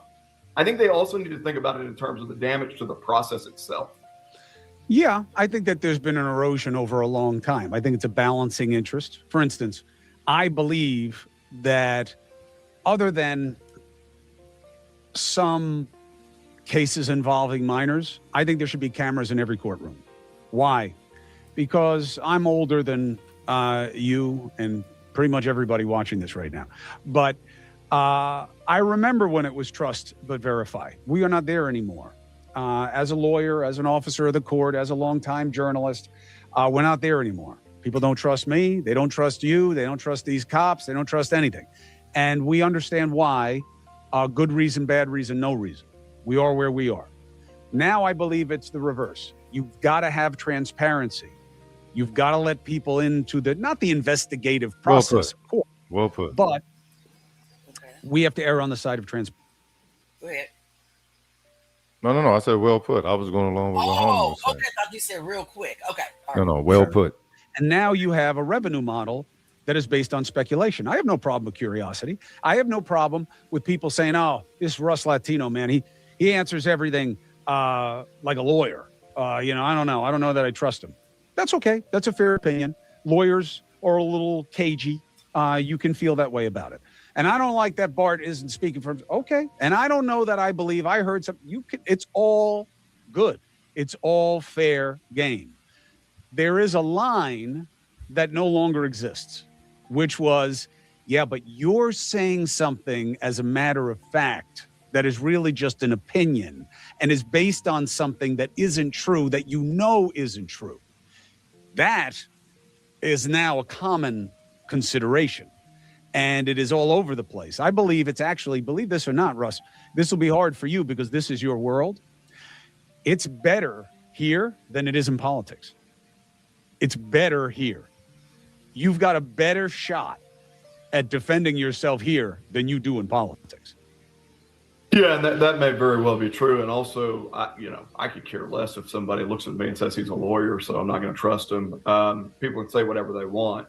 I care an awful lot about the process being legitimate. I care an awful lot about the things that I think have made this country great. And, we talked about this on your program, but we're celebrating 250 years. And Chris, if I'm honest, I'm worried about whether or not we get another 250. Because a lot of the bedrock concepts that I think did make this country great, if you're talking about the rule of law, if you're talking about the presumption of innocence, if you're talking about due process, those things are being dramatically eroded by a culture that wants answers now, or that sees things like this, a tragedy like this, as a game or a form of entertainment or a way to make money. And I just worry about our ability to persist as a culture if adults like you, candidly, don't step up and say, there's got to be nuanced thought. These things have to be based on evidence. We can't jump to these kinds of conclusions and ruin people's lives. I've said this from the get-go before I ever was contacted by anybody about this case. Well, hold on, pause it right there. That, look, there was foul play. Somebody needs to be held accountable. It's been time for Black people to create our own cultural conclusions, our own cultural borders, our own cultural understandings. It's been time for us to do that. As long as we've dealt with this particular anti-Blackness within this system, we should be well versed and have much experience and already have a vocabulary, a model of engagement, navigation, all of that. We know how to read this. It is, if it's a FU from them, we know what that feels like. We've been here before. The thing is now you have everybody else here that sees how blatant it was. This is no different from the George Floyd situation. It's no different. The issue with that was that you don't kneel nobody out for almost 10 minutes. It's just a bad look. No matter if your knee is on their throat or whatever, if it's 5 of y'all and you kneel somebody out and they die, you're a gangster now. While looking in the camera of the phone? That's gangster. You don't get no more gangster than that. That's the most gangster shit that anybody could do. Anybody, let alone the police. I agree 1,000%. And listen, while we're on the subject of Horn Island being a ritualistic place, I found this video. Let's just watch this together. No, it's not a well put together video, but he's going to break down some stuff for us about Horn Island. So let's just see what this, sometimes the small creators got the best analysis, right? Firsthand. They got the passion. Yep. So let's get into what he has to say real quick. I got a lot to say about this. About the Well Wells, and I spoke about this a couple of times before. The Well Wells was a sacrifice, and they knew about it.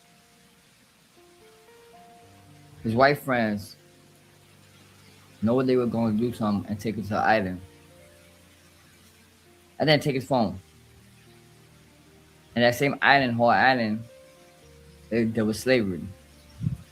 Why are you going to take somebody to the island that there was slavery? You can look at the descriptions you want to, and you can do your research yourself. He was a sacrifice. With the lynching, all that, that's a sacrifice. I agree.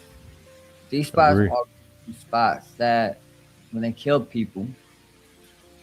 Guys, I 1,000% agree and believe that lynchings were rituals and sacrifices. I believe that with everything in me. That's why it was a gathering around it to watch. Yeah. There were offerings. And so what he's saying makes perfect sense to me. Let's keep going. Every black person that had something anti-black happen to them on July the 4th, y'all should receive that as a sacrifice for real. Yeah. Something that systematically happened is, Right. And just because he doesn't have this fancy speech, like you guys know that I have a speech impediment, doesn't mean that what he's saying doesn't hold weight. I can't pronounce words well either, especially when I'm mad. But, let's just listen. Listen to what he got to say. Break down some stuff. They never spoke about it. You can do your own research about this. I spoke about this on TikTok. And it's a real thing about it. A lot of people don't go deep into this. But I do. Other than that, my advice is to do your research. Just do your research about this because it's a fact. They killed them for a reason. Stop trusting people that oppress your ancestors. Start trusting those who got power over you. Because this state system. The more you trust these people,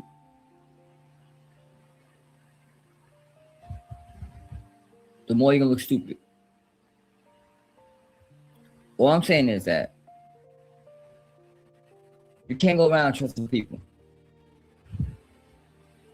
You can't go around trusting people who killed Nolan Wells. You can't trust people who murder you. And this is the point I'm making. if y'all have knowledge, and hopefully y'all do, look up the description. I'm from New Jersey. Look at my description, and that's all the evidence I need. Because Noel Williams, what's up? Nolan Wells was a sacrifice in the island. They murdered him. They know they were about to do something. If you look at the description, like I said, at the description below, if you look at the description below, you will see what I'm talking about. Or look up Hard Island and slavery. Just look it up. Stop doing what other people tell you, because I can bring the evidence out. They're not going to do all the spy because they're going to make a lie up. Because this is what the hospitals do. The hospitals lie about things they're not going to tell you. Rest in peace to him and my condolences to his family. Because that was my daughter or my son, and their dad is my son, I'm putting justice in my own hand. Exactly. Simple as that. I'm not going to wait for the judge. I'm not going to wait for the police department. I'm going to take matters in my own hand. There you go. Because that's called balance. You reap what you sow. What goes around comes back around. And that's how it goes in my life. And this to anybody who got children. Stop letting your children hang around with devils who's going to hurt you. Go ahead. And if you believe for 1 second that this tragic was not a sacrifice, and you got issues yourself. Nolan Wells was sacrificed. Thanks. He died from a white kid mindset. He died from these devils. Caucasians. They've been doing this a long time to our ancestors. Our ancestors died from Caucasians. That's a fact. They would deny about drowning. They would deny all that. Why they do it? But they want to sit there and say, that this was a sacrifice. This was all a sacrifice. Homie hurt. He see it to though. show and proving He see it. that these devils have no heart for nobody. It's a fact. So why people keep trying that? Look up Horn Island. Again, look up Horn Island and slavery. That island was pause slavery. it, just to pause it. I know more than you because if I want to challenge you, he's I trying will to go bring ahead people to and the rush history. you. Right. He's I trying to. was looking it up. Actually, go ahead. Yeah, he's trying to bring people to the history. And to me, that's no different than trying to get someone to view from a moral perspective. If you look into the history, you make assumptions. You know, they say you're not supposed to make assumptions and innocent until proven guilty and all that, yada, yada, yada, whatever. But that's a very potent history. And what occurred is something that was definitely reminiscent of that history. So why would it not be practical to assume that, you know, that had a historical hiccup? If it was accidental, okay. But that place was known for ritual. It was, you know, year 250. It was, you know, 4th of July. It was all kinds of stuff, right? The thing is, we've been denying the anti-black culture from a tribal stance that white people be having, right? It's like almost like a tribal thing with them. We deny that. I ain't saying all of them got that. I would say a lot of y'all probably got it because one, you choose white, and white is as a power dynamic first and foremost, as opposed to just being, you know, pigmentation or a lack of pigmentation or whatever, right? So it's, you know, it's nothing personally, I have no problem with us making such assumptions. And the way that homie ain't even black. And listen to how he delivered. You know what I mean? Yeah. So listen, bro. Listen. So Horn Island has a documented connection to slavery. But its most clearly established history is as a place connected to black people seeking freedom. That's something. That's something, ain't it? It says in September 2022, the National Park Service officially added Horn Island and Ship Island to its National Underground Railroad network to freedom. Oh, hell no. Is that hell part of the reason why they go there? Oh, hell no. Right? Man. It says the destination recognizes the island's connection to enslaved people who resisted bondage through escape and flight. That is so unnerving. That is so unnerving. And then they don't have no transparency, and you get mad when, you know what I'm saying, people start doing threats or whatever. It's like, yo, it's not a good look. Right. So, with that being said, if it has connection to the Underground Railroad, damn, wouldn't it be a twisted, ritualistic mind to go there? Yeah. And to slain us? Yeah. Modern day as a mockery? Or awful one of our people that look like me and you? Yeah. To whatever thing that they're worshiping, whatever demonic entity. Yo. I'm gonna show you this. Go ahead. No, you guys just go ahead. I want to show you guys this news clip of Horn Island so you can see what it looks like. And you will see some people dancing around a fire. Like, to normal people, you'll think, oh, it's just a what do you call it, a luau? I don't think that's what it is. Let's watch it. But we are heading into the weekend, and as always, every Friday at 6, our Walt Grayson has a story for us as he focuses on Mississippi. Now, we're traveling about as far south as you can go in Mississippi and still be on dry land.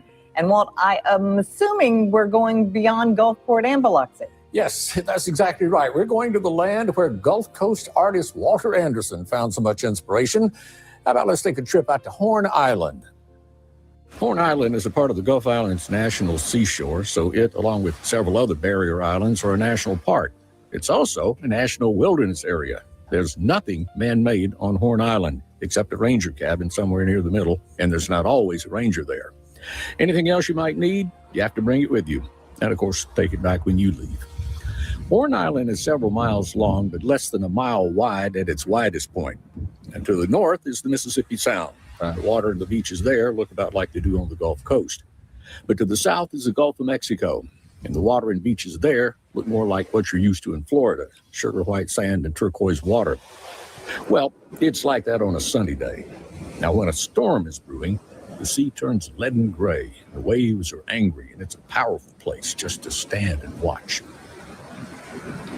There's a symmetry to a lot of nature on Horn Island, so I can see where Walter Anderson gets the idea for the repeated rhythms and patterns that we see in so much of his work.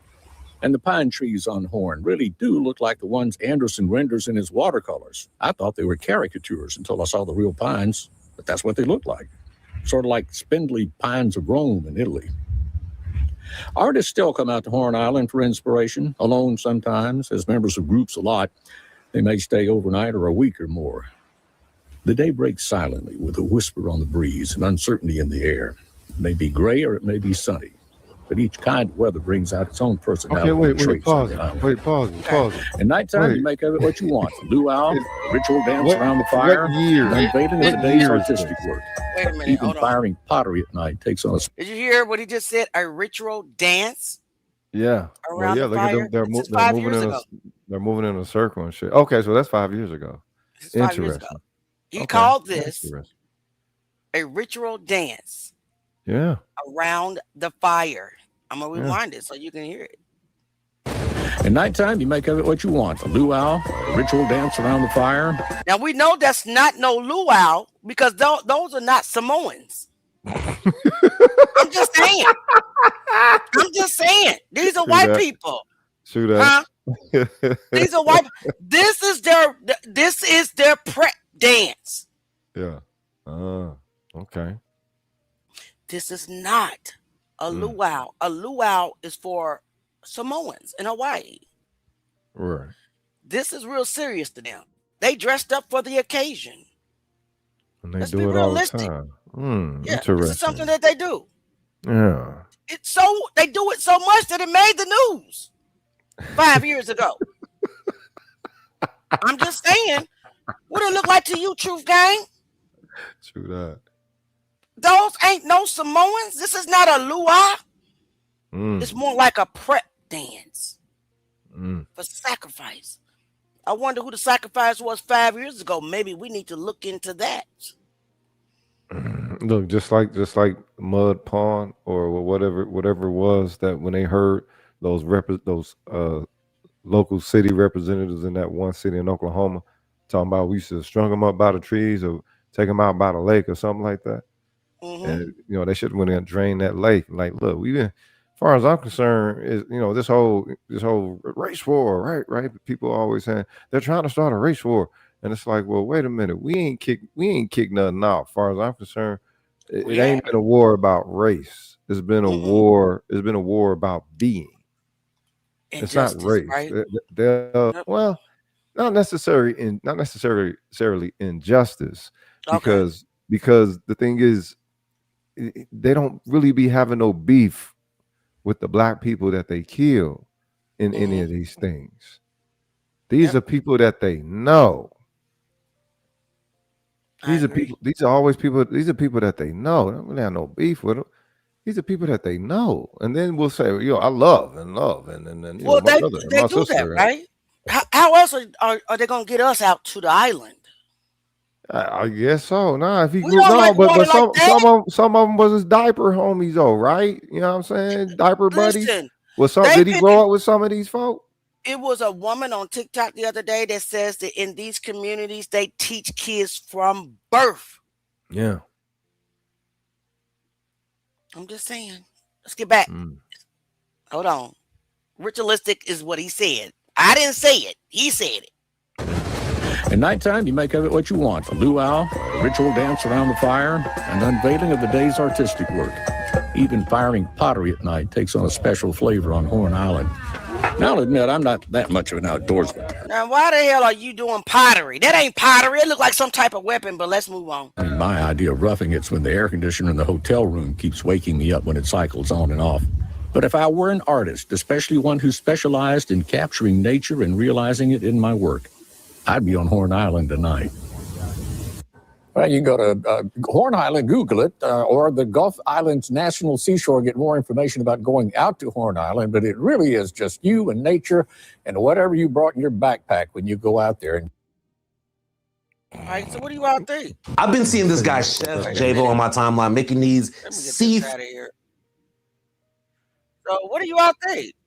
It looked like it was a daggone ritual to me, but I'm just saying. They say nothing about the history. You know what I'm saying? They didn't even go into the history of it. They don't You know want what to I'm tell saying? The traumatic history that we're trying to move away from, here at Horn Island while we're dancing around in a circle like idiots. Hey. I agree 1000%. So now, guys, we are, let me see, where do I want to go now? I want to pull up, what is her name? Tasia? Yeah. I want to, that's crazy. I want to pull that up. Dr. Richie's video. And then I want to get into the history real before we leave tonight of Mississippi and the Dixie Mafia. Have you ever heard of them? Nah, not They had a biloxi. No. Mafia, like mob, like mob. Yep. Mafia. Yep. It I want runs to. very Hey, heavy. if there's anybody trying to rock like Black Mob, what it do? You know what I'm talking about? You know, we need some mob stability in this motherfucker. We done If had y'all gangs. do, Gangs inbox ain't working. Let's get some mob inbox stability in this bitch. inbox Road, because he ain't There supposed you to be go. talking about this stuff in public like Fuck that. that. It's in the future. Everything is already known. You got to know. You motherfuckers looking for me? Here I go. Goodness.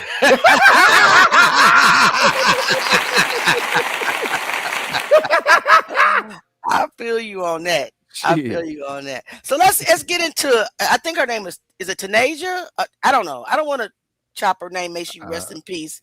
But let's listen to Dr. Ritchie's report, and then I want to get into the history.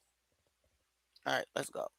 According to the Mississippi Free Press, full mass, Black woman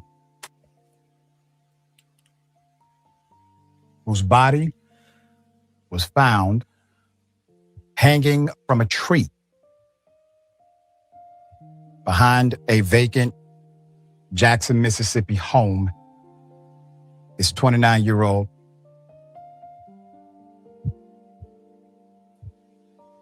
Tasia Fortune, or Tasia Fortune. The Hines County Coroner's Office confirmed on Thursday. Authorities have not said if they suspect foul play. I want you to keep the picture up, Jordan.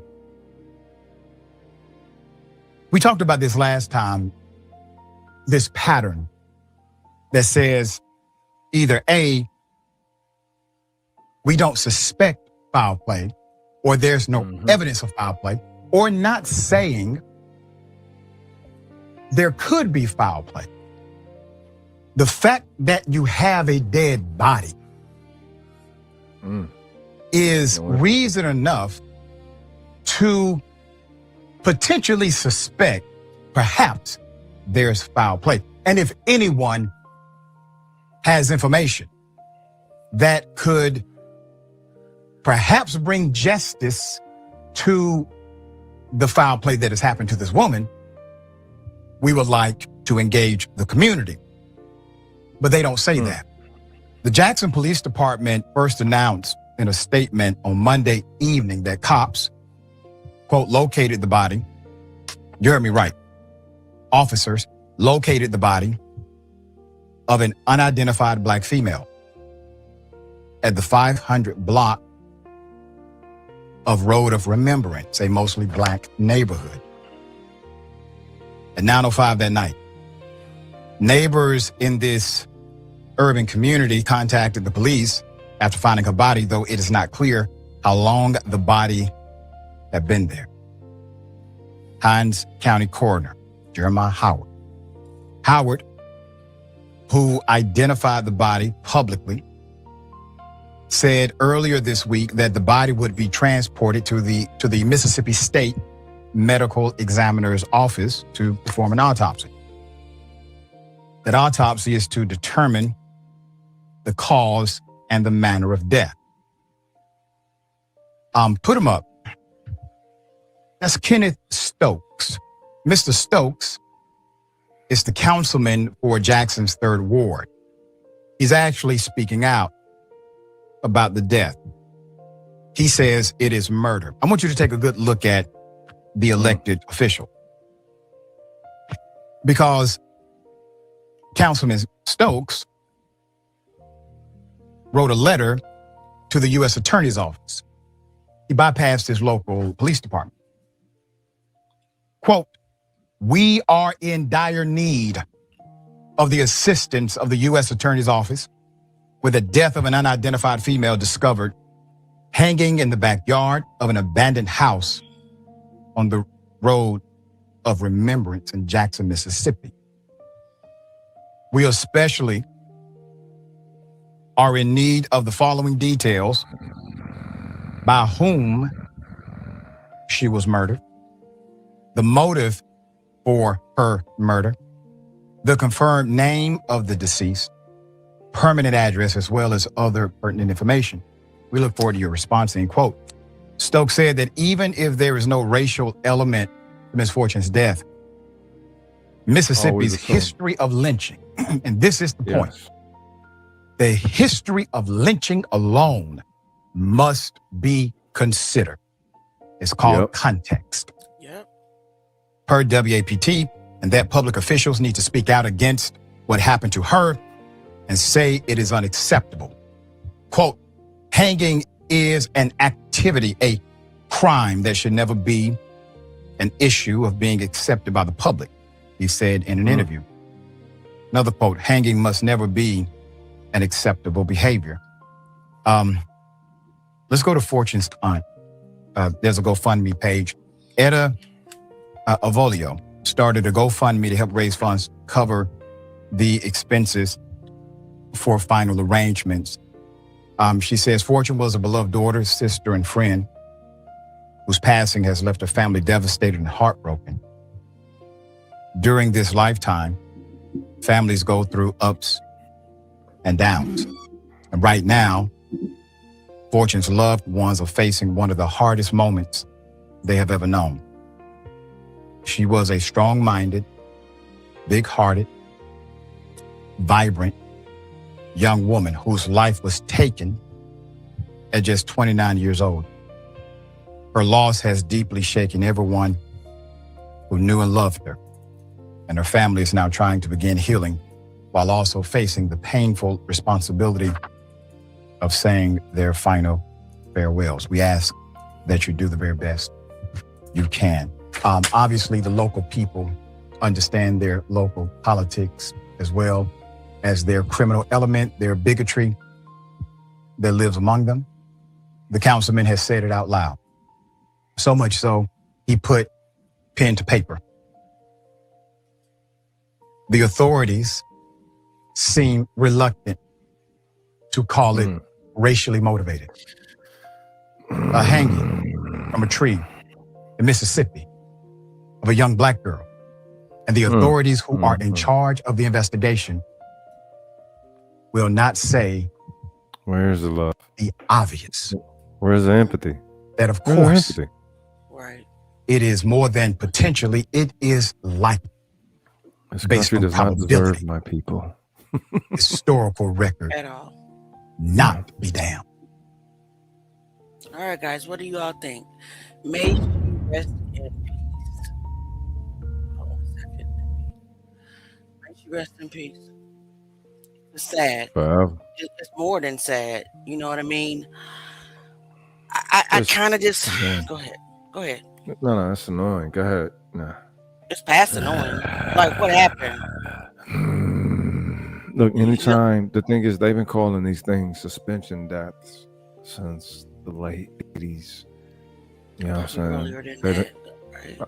But that's how they get over, you know what I'm saying, someone being accused or suspension suicides or something like that, right? The irritated genie of Southeast, shout out to him. He did some research into this about 15 years back, and he exposed a lot going on in Delaware, a lot going on in Tennessee, a lot going on in Georgia, all these since the late 80s. At that time, when it was around 2015 when he was doing his finished research. And so they've been labeling, y'all look into this, look into all these suspension deaths being ruled as suicides with black people hanging from fucking trees. And that's the last thing we'll do, right? If black people, if you commit suicide with in a hanging model, you're likely to do it how everybody else does it, in the house. Most people. With a pow. All people. No. We're talking hanging. No, what I'm saying is in the house. Tree. Right. No, but we're talking about being hanging from a tree being ruled as suicide. Gotcha. If black people hang themselves, it's gonna be in the house, like everybody else who hang themselves. No one hangs themselves from a fucking tree or a telephone pole. I agree. No one does that. Mississippi again, last year, or maybe was it 2 years ago? Mississippi with, you know what I'm saying, young brother, hanging on that fucking on Delta State or Delta, whatever it was. And they said he broken legs. Trey Reed. Yeah. Trey Reed. But he hung himself with broken legs from a fucking tree all these black people trying to make a statement that's black culturally, you know what I'm saying, historically trauma connected to their family as they take themselves out? Do they expect us to believe this? Yep. Everybody, please type justice for Nolan Wells. Hey, David, don't call me auntie. You are not my nephew. You are not Truth Gang. You don't have. You don't have the empathy. David, where's your empathy? Hold up. No. This is what we got to ask them. This is what we got to ask them. Charge them to that humanity that they'll claim to have. You don't have any. You don't even got a charge them to it though. Charge them to it. Because the thing is, they POTA. Ebonically speaking, they POTA have it. They POTA. Yeah, listen, he can't even call me auntie. I ain't your damn auntie. Yeah. I'm just saying. Let me ban him real quick. Don't come back here. Nah, use him as a lesson. Use him as a lesson. I can't even ban him. Somebody else got to ban him. He's not even worth my time, to be honest with you. Some of these people actually show up though, simply just to be a troll. Yeah. And YouTube might send some of them your way. They just might. Auntie Leah, you've been telling too much truth. Too funny. We're watching you. They love me secretly. Go ahead and send a super chatter too. Send a super chatter too. Since you like to show up for me all the time. But anyway, guys, let's get into the history of Jackson, Mississippi, and Biloxi and the prominent Dixie Mafia. Now we're about to watch an episode of the FBI files because that's how big it is, and it still exists today in Biloxi. Let's get into it, guys. Sit back, get your popcorn, get your notes, and let's ask these questions. Let's study it.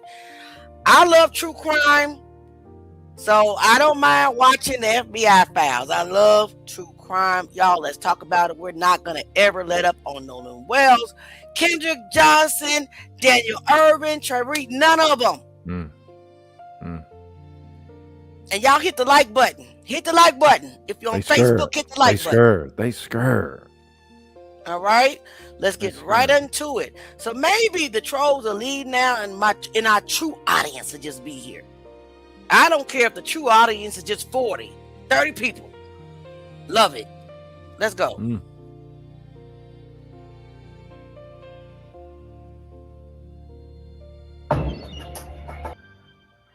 Bring on Mississippi's Gulf Coast, a judge and his politician wife are murdered in their home. The killer left few clues. It looked like a professional hit, and the investigation led nowhere. But the FBI refused to give up. I'm Jim Kallstrom, former head of the FBI's New York office. Until we could prove that federal laws have been broken, our hands were tied. It would take years to break the conspiracy of silence and reveal the tangled tale of corruption. This is a story about the Biloxi murders. This is when they murder a judge and his wife, all to cover up corruption. So they're saying that it says stream on available.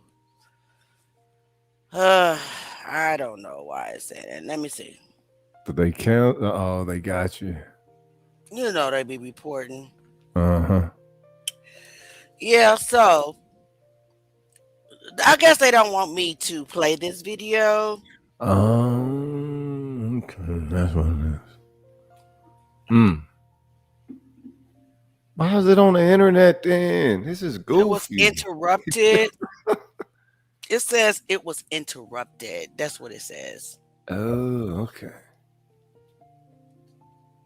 Yeah, it says it's been suspended for policy violation. They are getting me like every single place that they can try to get me. Let me see. So I might have to just end it for now. I can dig it.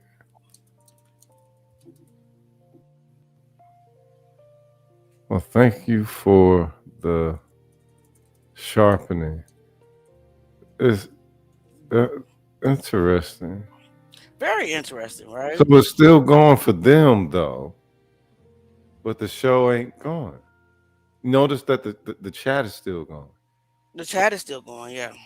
So how was it suspended, but they still ain't shut it down for them? We can read the chat. That's interesting. I thought once they suspended. So hold on, I'm gonna try to talk to them. Say, what can y'all see? Let me see. It's interesting. What It's very interesting.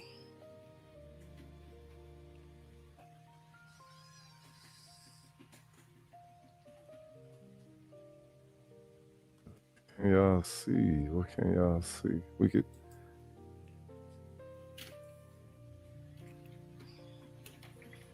No warning. They report a lot. They just suspended it.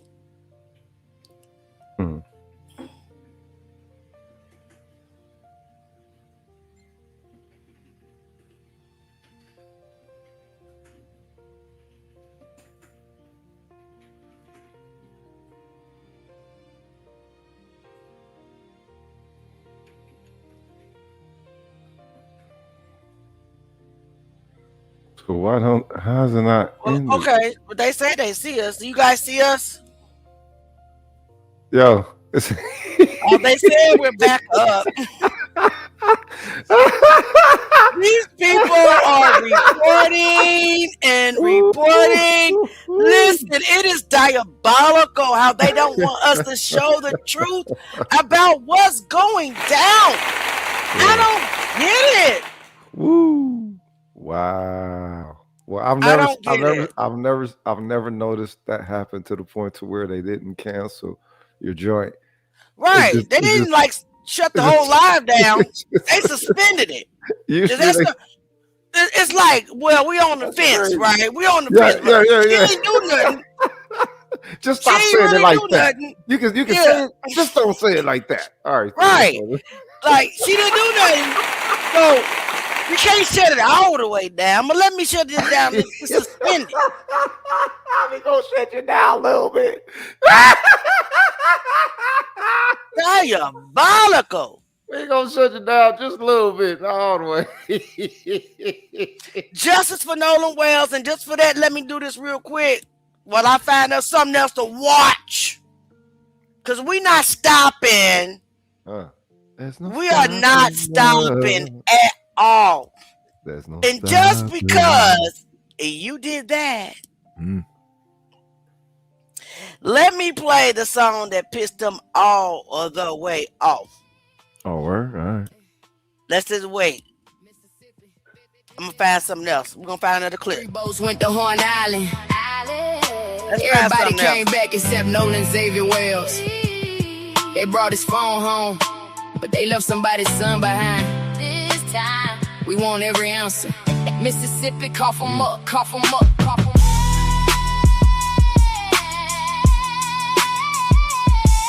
Yeah. Yeah. 4th of July, headed out in the sun. Everybody 3 boats drop on the Justice water, for but Nolan they Wells came in back the minus comments. 1. Nolan was 18 with his whole life plan. They College did. football dreams and the future in his hands. They went to Horn Island, everybody there together. Sun on the coast, clear summertime weather. But something went wrong. Hey, y'all, this is the song that got me on the list. Boats left the island, Nolan somehow stayed. They said he made a choice, said he wanted to remain, but he cannot tell his side, so the question still remains. Why would he stay without his keys or his phone? Why would everybody leave and assume he made it home? Who was the last one to see him on the sand? Who counted every person for the boats left land? Everybody got a story, but the timeline got a hold. Mississippi tell Christine what happened to her soul. Hey. Her baby didn't come home. Her baby couldn't call. Justice for Nolan Wells. But nobody knew it all. If you were there with Nolan, come forward with the truth. A mother needs an answer. What happened to her youth? Listen, y'all, listen. Cough 'em up, Cough 'em Mississippi, up. cough 'em up this time.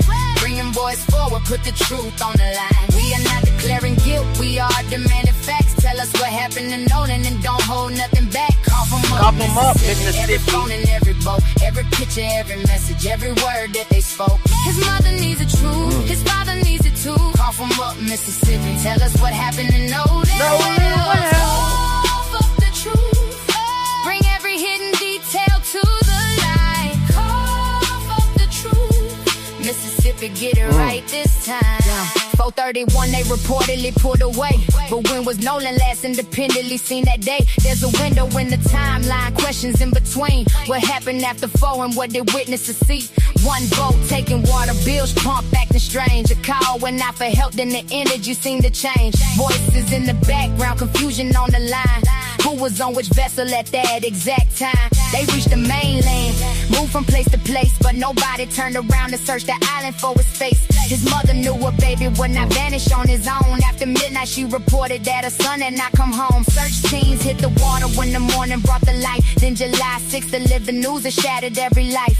Nolan's body found, but the questions only grew. Finding him was not the same as finding out the truth. Her baby didn't come home. Her baby couldn't call. All right, y'all. All right. Shout out. Cough them up, Mississippi. Cough them boys up. Wow. So, before we end the live tonight, let's go ahead and watch the video that was just released with Ben Crump with the update on the Nolan Wells case. Okay, if that sounds good. Yeah, they shut us down for no reason. Come on, that show came out in 1989. Well, we was doing too much to it. I guess we was just trying to teach. I'm gonna find a different one. Watch. Let's go. But it was 1983. You. I mean, it's so much I want to ask you. It's so much I want to get into. I know you're a busy guy, so I don't want to take up that much of your time. Nolan Wells, for the people that's unfamiliar with that case, can you break that down? Certainly. Nolan Wells was an 18-year-old black teenager who, on 4th of July, was celebrating with his friends, and he went out on Horn Island. He went with his 3 other friends, at least what we have in the photograph, and they were young white teenagers. He was the only black teenager, and somehow they all came back home safely on the 4th of July, but Nolan Wells did not come home. His mother, their families announced that he was missing.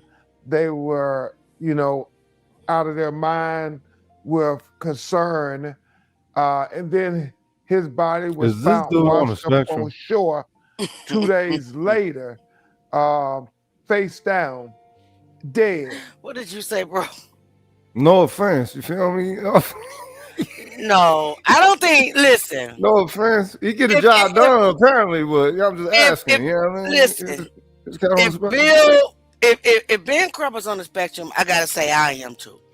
But I have a speech impediment. I couldn't even say that word. I have a speech impediment. What that is my mind and my mouth, the words don't align. So I have to do it really slow. So I believe he went to speech class. I believe he has a speech impediment, and he went to speech class, which teaches you to speak slower, so that the words, no disrespect, can come out. Yeah. So I believe that's what he does. He speaks slow because he's trying to get the words right. Right. Like I can't get them right. If I'm just going off the top of my head, but anything comes out because my mind, my brain is faster, right, than my mouth. So it doesn't come out right. So he speaks slow because of that. That's what they teach you in speech class, if that makes sense. Why don't they teach you to keep up with the speed then? You know what I'm saying? Y'all ever heard of pimp spit? You can. The motherfuckers can spit that shit 100 miles an hour and keep that shit directly. Speech class doesn't it doesn't like rewire your brain. I can do it. It just teaches you how to speak. I'm a former stutterer. Well, I still stutter. Yeah. I still said her. Did you get hit in the So, back of the head? You know what I'm saying? You was little and they no, say, my dad it's spit hereditary. it out. You know what I'm saying? No, it's just hereditary. My dad, I didn't know what hell he was talking about, but it's just hereditary. I can dig it. So he just speaks slow because of that reason. Let's go. And so then everybody started to try to say, well, what happened? When you look at the videos, there were 300, 400 people out there. And what we've been saying, somebody knows something, somebody saw something. There was a young lady named Katie who said that, you know, she was talking to Nolan, but then he got back on the boat with the people he came with, or got back on the boat with the boys. And the boys who were on the boat with him said, Nolan said he was going to stay behind with Katie, and that he was not going to go back with them. One of the things that has been bewildering is the fact that if he says he's going to stay behind, why doesn't an 18-year-old get their cell phone? If they're not going to go with the boat, why would they leave it with them? His mother, you know, called his phone 3 times, got no answer after they started getting concerned. And it was when they did the Life 360, you know, trying to say, find my phone, is when she found out that the phone were with the friends. And so her friend went to get the phone. And when they got the phone back, they discovered that there were a lot of Snapchat messages that were deleted. They also found that there were some texts deleted. So that was very concerning to them as they're trying to figure out, you know, what happened to my child? Our child is dead and we have no answers. Nobody's telling us anything. And so it became just an incredibly painful ordeal for them trying to find out what happened to Nolan Wells. And then America became engaged in this matter because Like it is listening to wasn't this cat. adding up to anybody. You know, he says, I'm gonna stay behind, but he leaves his cell phone. He doesn't have his car keys. Hey, sister, you know, can you put the speed on well, 1.5 if he with him? stand behind and you don't have any of that information, people are saying, did he stay behind? And so that becomes a question. And, you know, obviously there's this CTO audio that comes out that people have did forensic audio engineering on it to try to see what was being said on the audio recording of the CTO kind of 911 type call. And it's in that call that people say they hear certain things. We have retained audio engineering experts to be able to decipher and to render expert opinions on the validity of the CTO 911 audio that seems to suggest things about the presence of Nolan.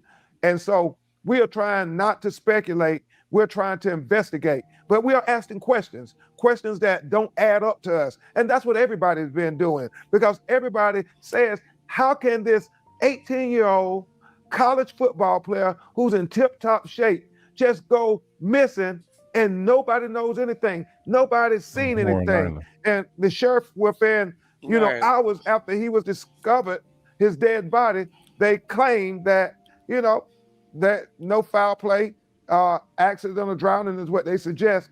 And his family are saying, we can't accept that when you make that conclusion without doing no investigations. And so what they want is a full, impartial, fair investigation into what happened to Nolan Wells. In our community, we see people investigated very zealously. And so we want the same thing for our children. We want them to zealously investigate this matter, just as if they were, if the roles were reversed. And that's what I think has people in the minority community saying, hold on, we want to know what's on everybody's phone. We want to know social media, because all of that could become very relevant information as to what happened to Nolan Wells. Correct me if I'm wrong, but the woman that Nolan was hanging out with when he was at the island, Katie, her sister, Gracie, came out and said that Nolan intended to go back to the mainland with his friends, right? Yeah, there seems to be a conflict in what they're saying. They said he stayed with the young lady. The young lady said, no, he got back on the boat. And so, that seems to be one of the biggest issues that everybody is trying to figure out, as well as the independent autopsy where he had red discoloration at the back of his brain that was found in the second autopsy, and also the fact that the initial state medical examiner kept possession of Nolan Wells' throat, and we don't know why they did that. Our pathologist, Dr. Roger Mitchell, said when he was the chief medical examiner for the city of Washington, D.C., that they normally would do that it wasn't uncommon if they suspected that there might be some fracture or some compressions to the throat. Yes. So after y'all did the autopsy, from what you know, what do you believe that was? That's the only reason why you keep it, though. If you think that there's been potentially some trauma to it, Dr. Roger Mitchell should into have the benefit of looking at all the autopsy notes and observations and photographs from the first autopsy, and then have, the state medical examiner be able to look at all of his notes from the second autopsy and try to work together to figure out what conclusions that they can draw from the autopsies, both of them. And then also waiting for toxicology. That becomes a factor in finding out the manner and cause of death. But Dr. Mitchell said, and this is very, very important, he said, if it's a drowning, then that still doesn't answer the whole question of what happened to Nolan Wells, because he said then there are questions about, was Nolan Wells' condition of his body conscious or unconscious when he went into the water? Furthermore, he said, did he go into the water unforced or forced? He said all those things become factors. Makes a lot of sense. And I know his friend Warren Hudson, he came out with an interview where he made a statement about how Nolan, he was drinking liquor on the boat. You heard about that? Well, we don't know. We want the toxicologist to come. We know when you hear the CTO audio call, it appears that there was some intoxication. But again, toxicology can tell us that. And people's first-hand eyewitness testimony can tell us that. Everybody we drinking want answers. As I've said over and over again, I am for truth, no matter who it implicates or who it exonerates. I am for justice, no matter who it convicts or who it acquits. And I am certainly for transparency. So you the type of motherfuckers that got coke and boats and dope and all that shit. Impartial. You got something to say, brother? You over here going off. Go ahead. Do it. It's just it's so annoying because it's like, look at who he was partying with. You don't think he gonna party like them? Of course he's gonna party like them. He wasn't the one that brought, if it was coke on the boat. Who bought it?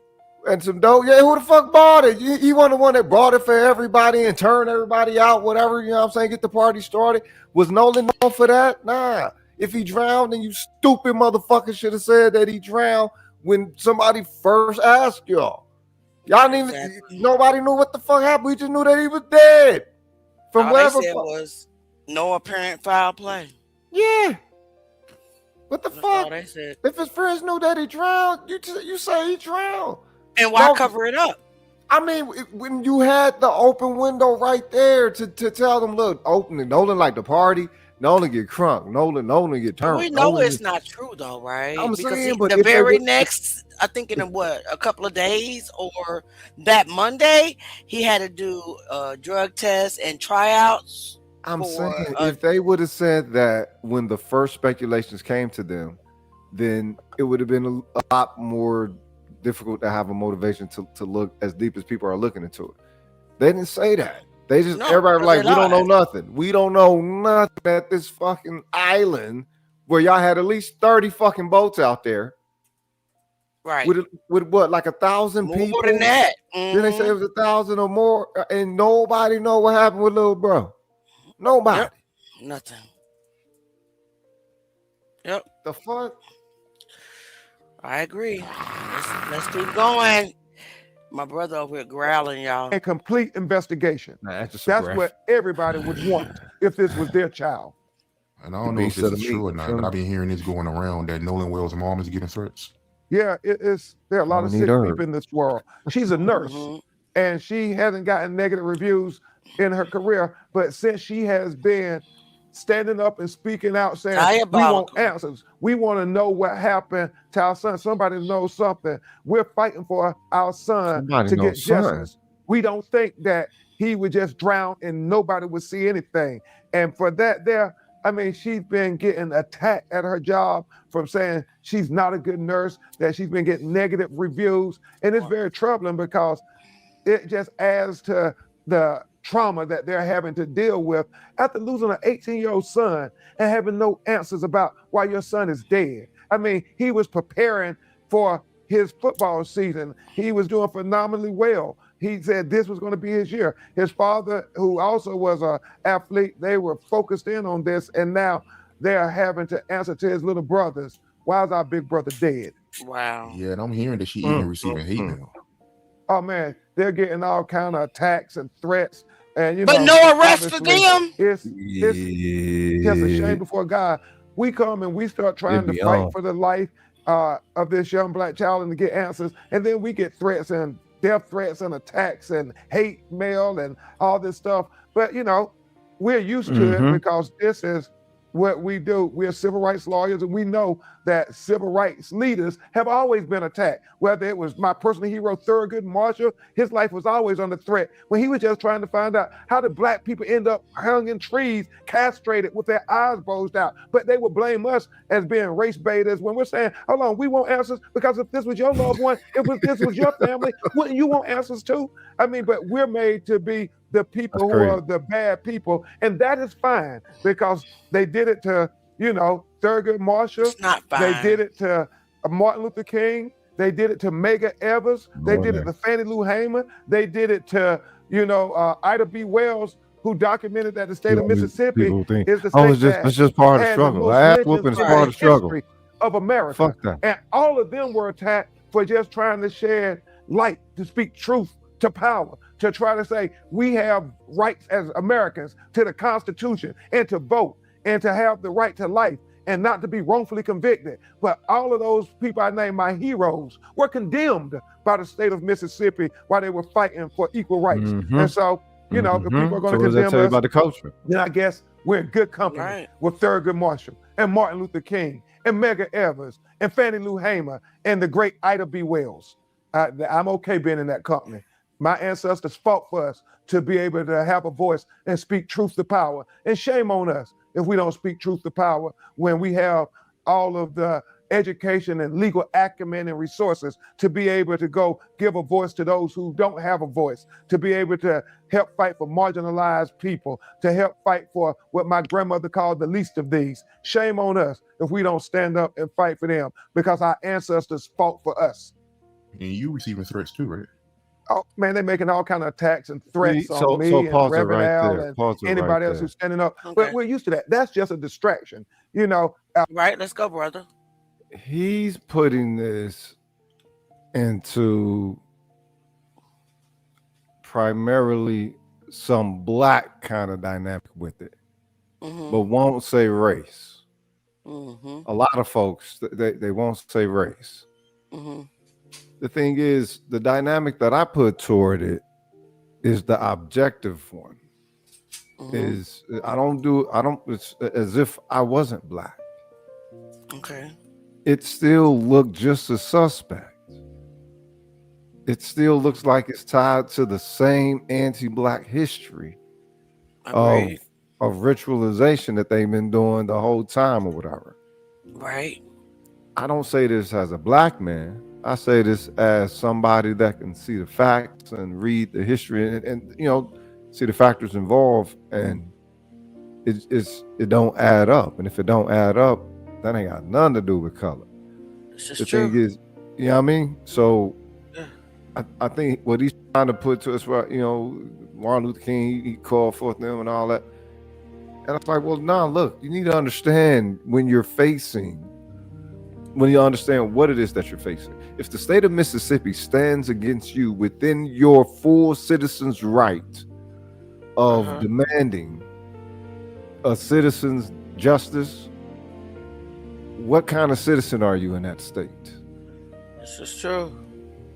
What's the level of your citizenry? If it can go, you know, unacknowledged or under acknowledged. I agree. The thing is, you have to understand when your justice or the justice that you desire, you're going to be the only one to craft that for you. Because if the system tries to present it, it's going to present it with slight. It starts off out of pocket. You know, I don't know. It's the fact that him and Al Sharpton show up. It's like, all right, what y'all trying to make this into? For you know, he said, you know, the minority, all this. Nah, say black, man, or if you or say mixed, because he's not just black, he's mixed. Right. So, but the thing is, if this is how you know how potent whiteness is as a power dynamic and the ruling dynamic, because even a mixed person just merely becomes black, and it's like, well, nah, wait a minute, you know. What about his mama's half? Ain't just his father's half, you know what I'm saying? Yep. What about his mama's half? Yeah, he's biracial. They silent. They silent. They're silent as a church mouse. They don't speak up for us. If you got 1 centimeter of black in you, you're African American on your birth certificate. Hell, my husband's birth certificate says colored. And he from Mississippi. He was born in Mississippi. His birth certificate says colored. Crazy work. I think my parents' birth certificate says colored too. Oh, mine says black though. Just crazy. Yeah. Right. All right. And we won't ever let them distract us. We're singly focused. We're on a ferocious search for the truth of what happened to Nolan Wells. And hopefully everybody who claims to have known Nolan or befriended Nolan, hopefully they want that same truth. They like, we want to fight to show what is the truth, the whole truth, and nothing but the truth as to what happened to Nolan Wells. I want to go back to Nolan Wells' cell phone, and you can correct me if I'm wrong, but Nolan Wells' mom had no idea that his friends had his cell phone, right? She had to use the app to find out? Well, she used the Life 360 app to find out where Nolan's phone was located. Yeah. Well, she called the phone 3 times and no answers, and she used the Life 360 app to find out where it was at. So she's suspicious because of those things, because she's saying, my son, they don't believe would have just stayed back because they said that was uncharacteristic of them. And then they're saying, and they don't think their 18-year-old son would not have stayed back on the island without his cell phone because he has no means of communications. So those are the things that to them are very questionable. And as we say, they're not adding up. So it's those type of things that we're trying to get to the bottom of. Because, man, when our 18-year-old children and our children end up unalive in very questionable ways, a lot of times they just sweep it under the rug. I mean, you never find out what happened. And I think that's why so many people with this Nolan Wells case are engaged. Well, sometimes you can't on platforms. You just think somebody.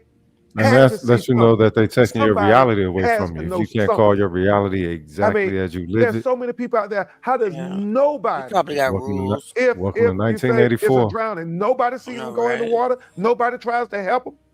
I mean, it just doesn't add up, is what we're saying. All those people there. The fact that look how they messed with me. I was very grateful to his parents, Christine, his mother, his father, Elmore. The Art of Dialogue has a huge platform. So he has to protect it, and that's probably why he's using those words. And I get it. That's probably where their income comes from. I have a job. I do this part-time. So I get it. Attention that they've gotten to help bring attention to other tragedies that were similar, where 18-year-old Black boys end up being unalive. And there's so many questions about it. One such is Daniel Irvin, that happened outside of Dallas, Texas.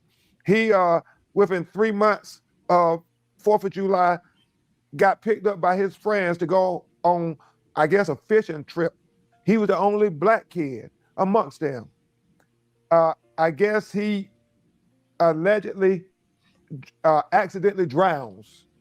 And instead of his friends saying that initially, they threw away his cell phone, threw away his clothes, and deleted all of their text messages with him. Now, his mother and their family are going out of their mind, his mother, Tamika, about where is my son? And the police don't seem to be helpful initially, which is an issue when Black people go missing. It's not seem to be taken as serious. And we have a whole pattern of that where Black people saying, you aren't concerned about missing Black people like you are missing white people. And so his mother is begging them. And she has all the receipts where she's trying to get them to go search for her 18-year-old son, Daniel Irvin. And so it's 4 days later, after, I mean, it's becoming a big deal, like what happened to her 18-year-old son, that one of the boys and his parents come forward and they say, you know, we panicked, he drowned, he jumped into the water and he drowned, and we panicked. So we threw away his cell phone, threw away his clothes, and deleted the text messages. We lied about it, and that's kind of thing. Now we're telling the truth. And his mother is still not believing, because she's saying, my son was on the high school swim team. My son was really good in water. So how are you telling us that he drowned? I mean, if you lied about and deleted his text messages with you, you lied about his clothes, you weren't honest about that. You were not honest about his cell phone when you threw it away. So how can I believe you when you say I'm telling the truth That's about demonic. him That's drowning? just demonic. I mean, it's just troubling, man. That's demonic. And so she's saying, no, she wants a grand jury. She wants people to look into this because she is not accepting that her 18-year-old son, Daniel Irvin, died from an accident drowning. She wants these two individuals to be zealously investigated. It took 3 months for them to even be charged with the tampering with evidence. Even after they came and confessed that they threw away his cell phone and his clothes and deleted messages. So that's what we're fighting for, is answers to how our children, these 18-year-old Black boys, became unalive. And then the third one is even more mind-boggling. I mean, just mind-boggling. Tyler Smith in Lexington, Kentucky, also on 4th of July, was at a 4th of July house party. Rituals. He's the only African-American Black kid there. Say Black. He somehow is shot in his head, dead. What? 911 is called. Yep. The police come, and they say he accidentally shot himself because we were playing Russian roulette. And the police take their word for it. They don't do a gunshot residue on his hands. I mean, it's like investigation forensics 101. If you're claiming a person shot themselves or committed suicide, you do the that's why I don't call residue this shit test law, because they make it flexible for them when they want it to be. But they told his mother and grandmother they didn't need to do that because they were playing Russian roulette. I mean, it's crazy, but it gets even worse. They say this is the gun he shot himself with. The police take it, they do an analysis, and then they come back and say, well, the cases that we found don't match the gun y'all say he shot himself with. So then the mother and grandmother say, y'all have to investigate everybody who was there. And they do that. And then after 7 days, could you sit on these type of mysteries one of the young man's house with your children? And then could you sit on these mysteries like this? He volunteers that, well, this is that gun. I talk about every case with my children. To be totally honest, no, I don't. I couldn't sit on no mystery of my child being killed. Nope. I just couldn't do it. And they got actually people who they suspecting, but they ain't saying nothing. I'm going hunting for real. Yeah. We You talking going about street justice, ain't you? Oh, I'm finna taste it. Oh yeah. Yeah, Street justice. It ain't got nothing to do with the street. We can, wherever it happens, it's got to feel good though. You know what I'm talking about? It ain't got the street justice. Nah, this is human. This is humanity. This is humane. Human justice, right? I'm not calling this shit street. No matter where the streets or the field or wherever it is, it's just humanity. You know. Right. You make you want to holler the way they went into my life. So everybody is not going to alchemize that energy into love. I understand that there's a whole lot of black people that do. I can't do it. I told myself as a kid I wasn't gonna do nothing like that. I can't do it. And the fact that they still pulling the very same shit that they was pulling when I was a child, it really it makes you think that the earlier black generations had you wasting your time. I feel you. It really does. Because it's like it didn't work when Dr. King was alive. Well, it didn't work. What was the overall intention? Because that's what was it integration? That can't be. It had to be more. Segregation. It had to be more than it had to be more than integration, right? The intention had to be more than just integration. Segregation. Because it seemed like that's all that the motherfuckers got. That's it. That's it. Yeah. That's all it. Just integration. Here you go. But all the other qualities that you know what I'm saying you had before in your integral segregated selves, no, right? And no, we're not going to set up the system to assist you in that citizenry that will purport that you now have. Mm-hmm. We're fellow class citizens. Are you shitting me? You know, they just celebrate 250. And when they celebrate 250, they kick off like this. Yeah. And everybody was saying back then, you know, sticks and stones can break your bones. Words will never hurt you. Not all. I mean, you've been hearing not all. You know what I'm saying? Since like first grade or something. And it's like, all right, we're not counting all. It's not all. It's how the system is purported to work with those who are following its rules, following its laws, doing, you know what I'm saying, whatever. This motherfucker seem to have an appetite for us and permit those to have an appetite for us. What's supposed to stop it? If the system itself won't stop it, and the system says that you're still supposed to be in a position to utilize the system to stop it or whatever, and it still don't work with you, then what do you do? Right. What are you left with? What's your only alternative?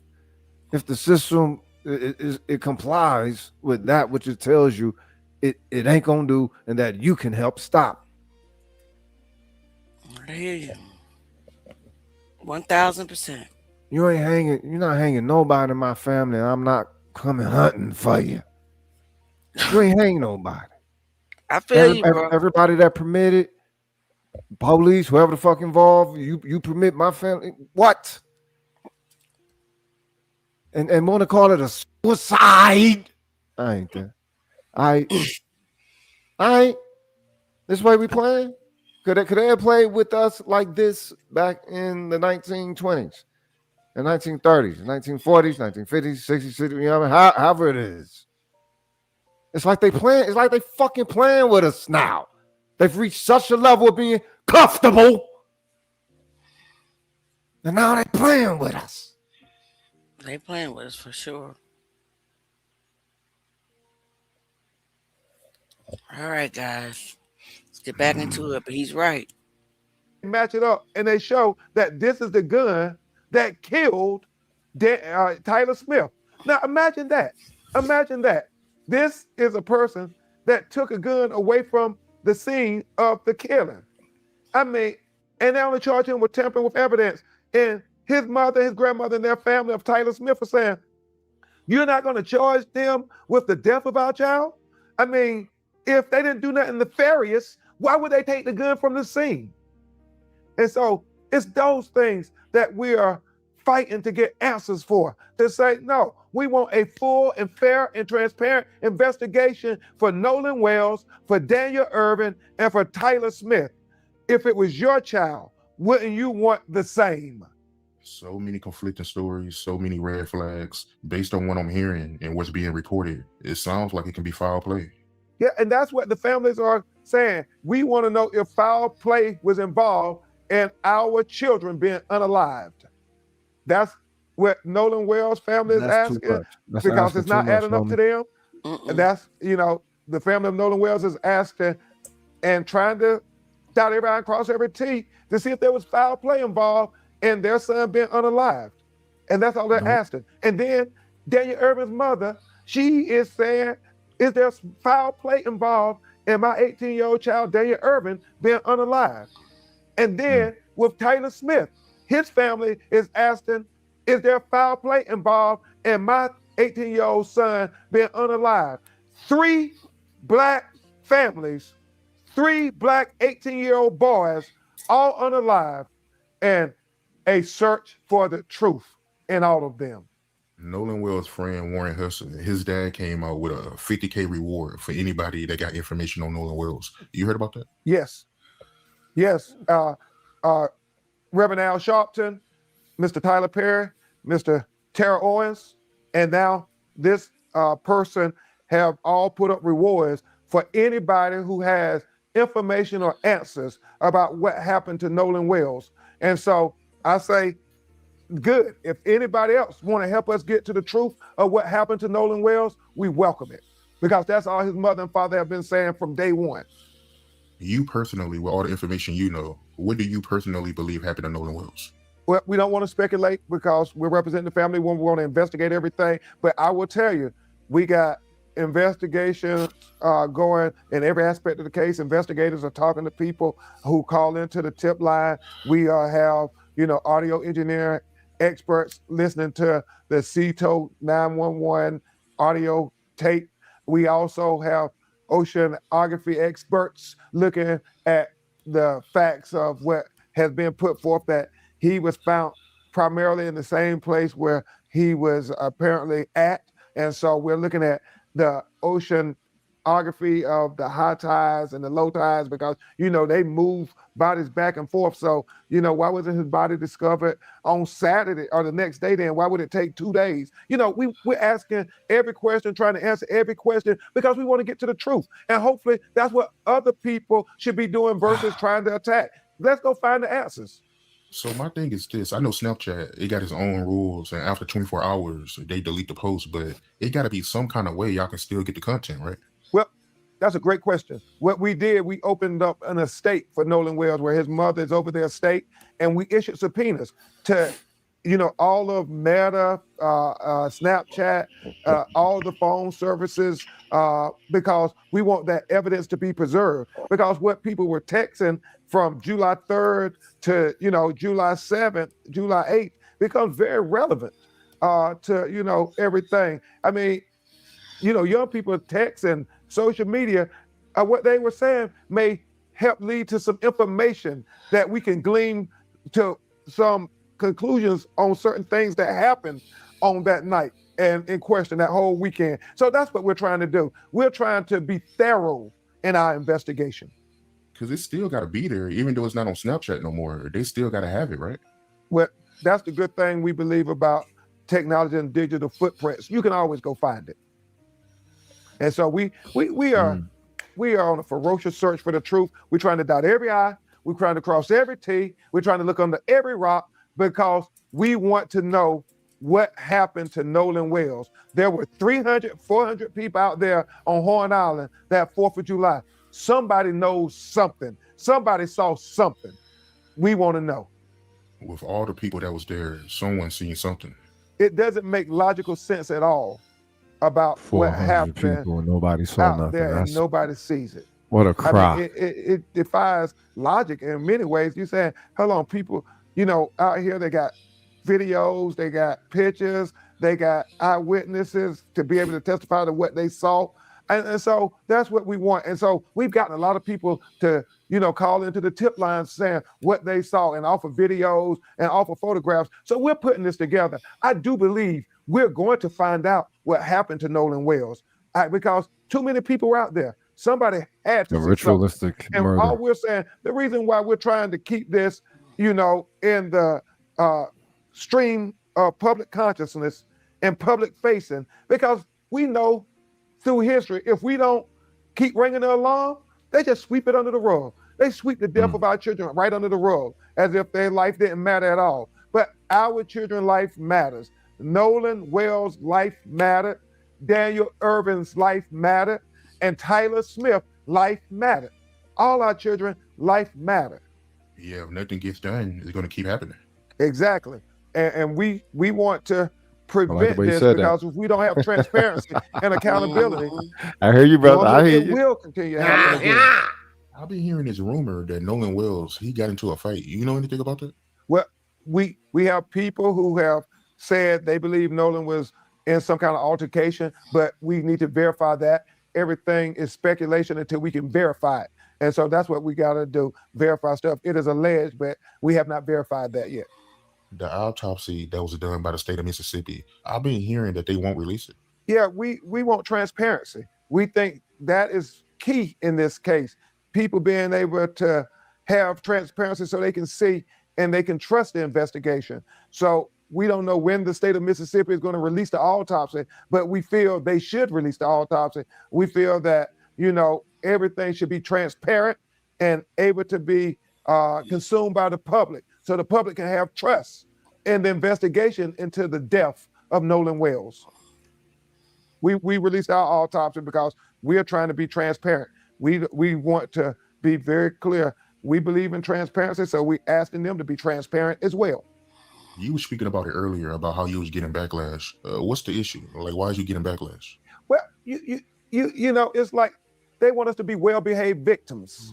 And I refuse to be a well-behaved victim. If our children are dying, you want us to just stay silent? What was it? The governor or somebody said, y'all just leave Mississippi and let us do our work. Well, how has that worked out for Black people throughout history? So they can say what they want to say. Like I said, they've attacked all of my heroes. And so if they're attacking me, I feel like I'm in good company.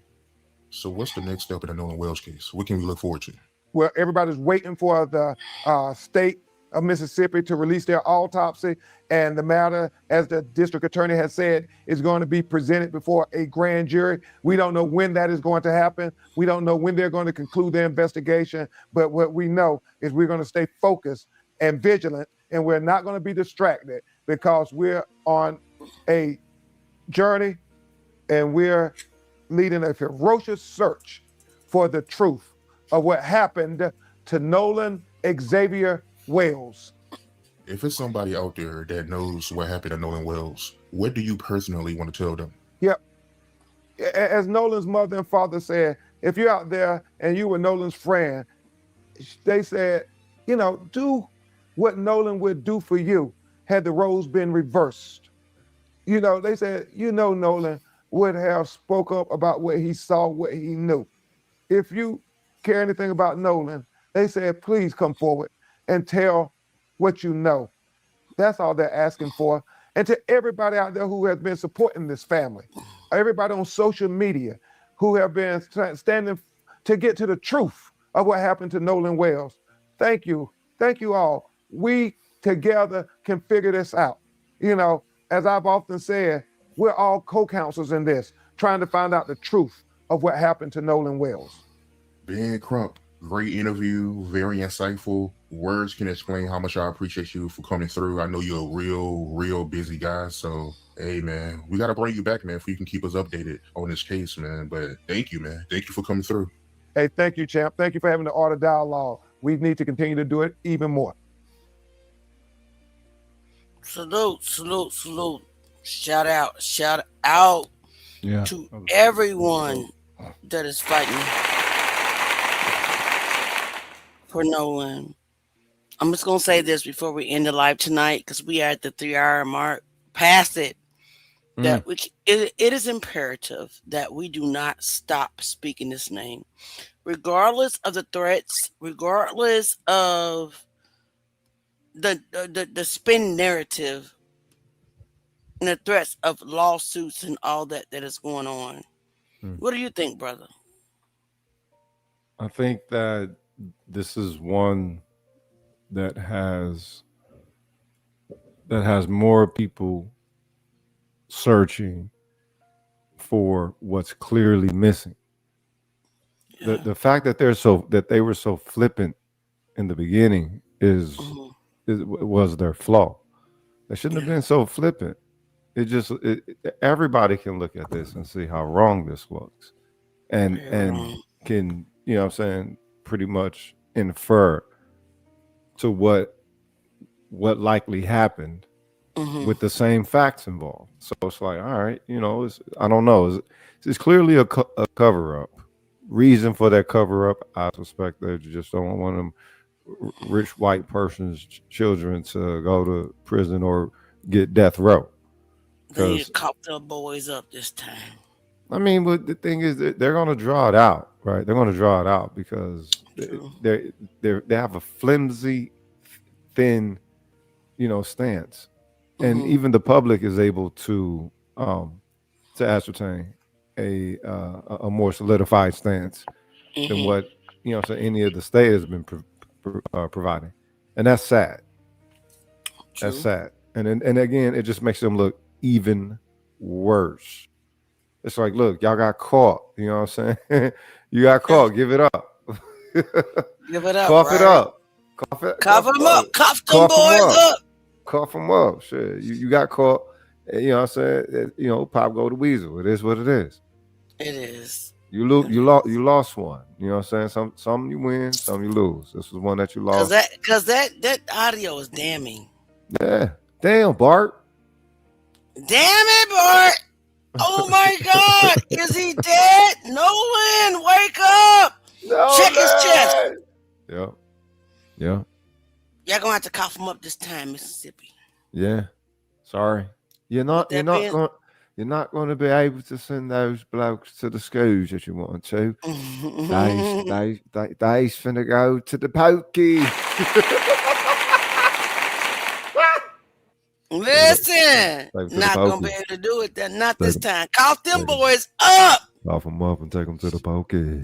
With that being said, should I play the Truth Gang anthem on the way out, or should I play Cough them up? Hey, cough them up is kind of heart wrenching. So you know what I'm saying? Yeah, I think the Truth Gang joint. Truth Gang anthem.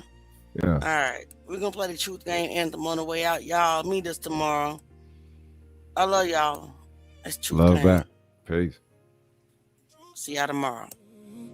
No love. No. We stand on facts. Yes, Lord, if it don't add up, we don't ride. No feelings in it, we won't prove. Standing 10 toes on the truth. Welcome, Jamie. No spin over skies. Nope. We see through every lie. We do pressure on them every time. Hey. Crush Truth Gang, never fall in line. Never move our rumors, I verify first. If the story's shaky, I dissect every word. Cross-check facts, I don't play with assumptions. If it don't make sense, I'm pressing the button. Independent mind, I don't follow the crowd. If the truth get buried, I'm digging it out. They be talking loud, but they stand on nothing. I'm building a case while they building discussions. No bias in my lens, I don't lean left or right. If it's wrong, I'ma call Everybody's it on not sight. justice, Every but no claim one get will. tested, every angle review. We don't chase opinions, we align with the proof. What's no, we on up, don't ride. No feelings in it, we won't prove. Standing 10 toes on the truth.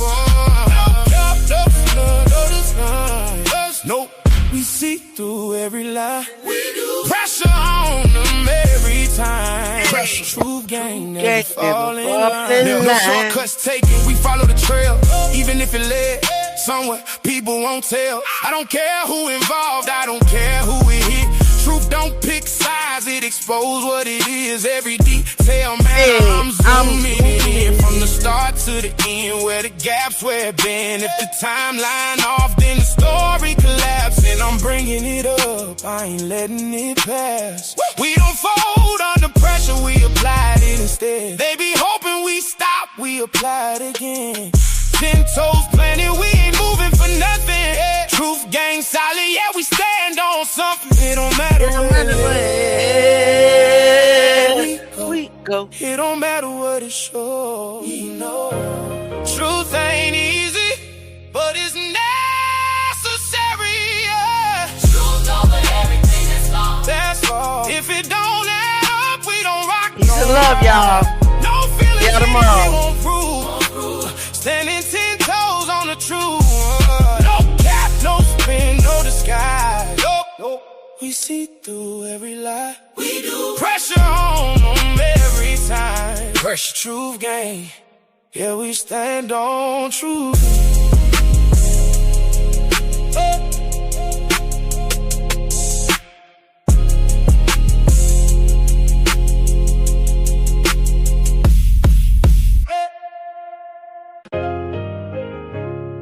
Truth gang. Please like, share, and subscribe. Thanks for coming. Please like, share, and subscribe. Come back again. Yeah. Now we are going. Please like, share, and subscribe. Thanks for coming. See you next time. Thanks for kicking in.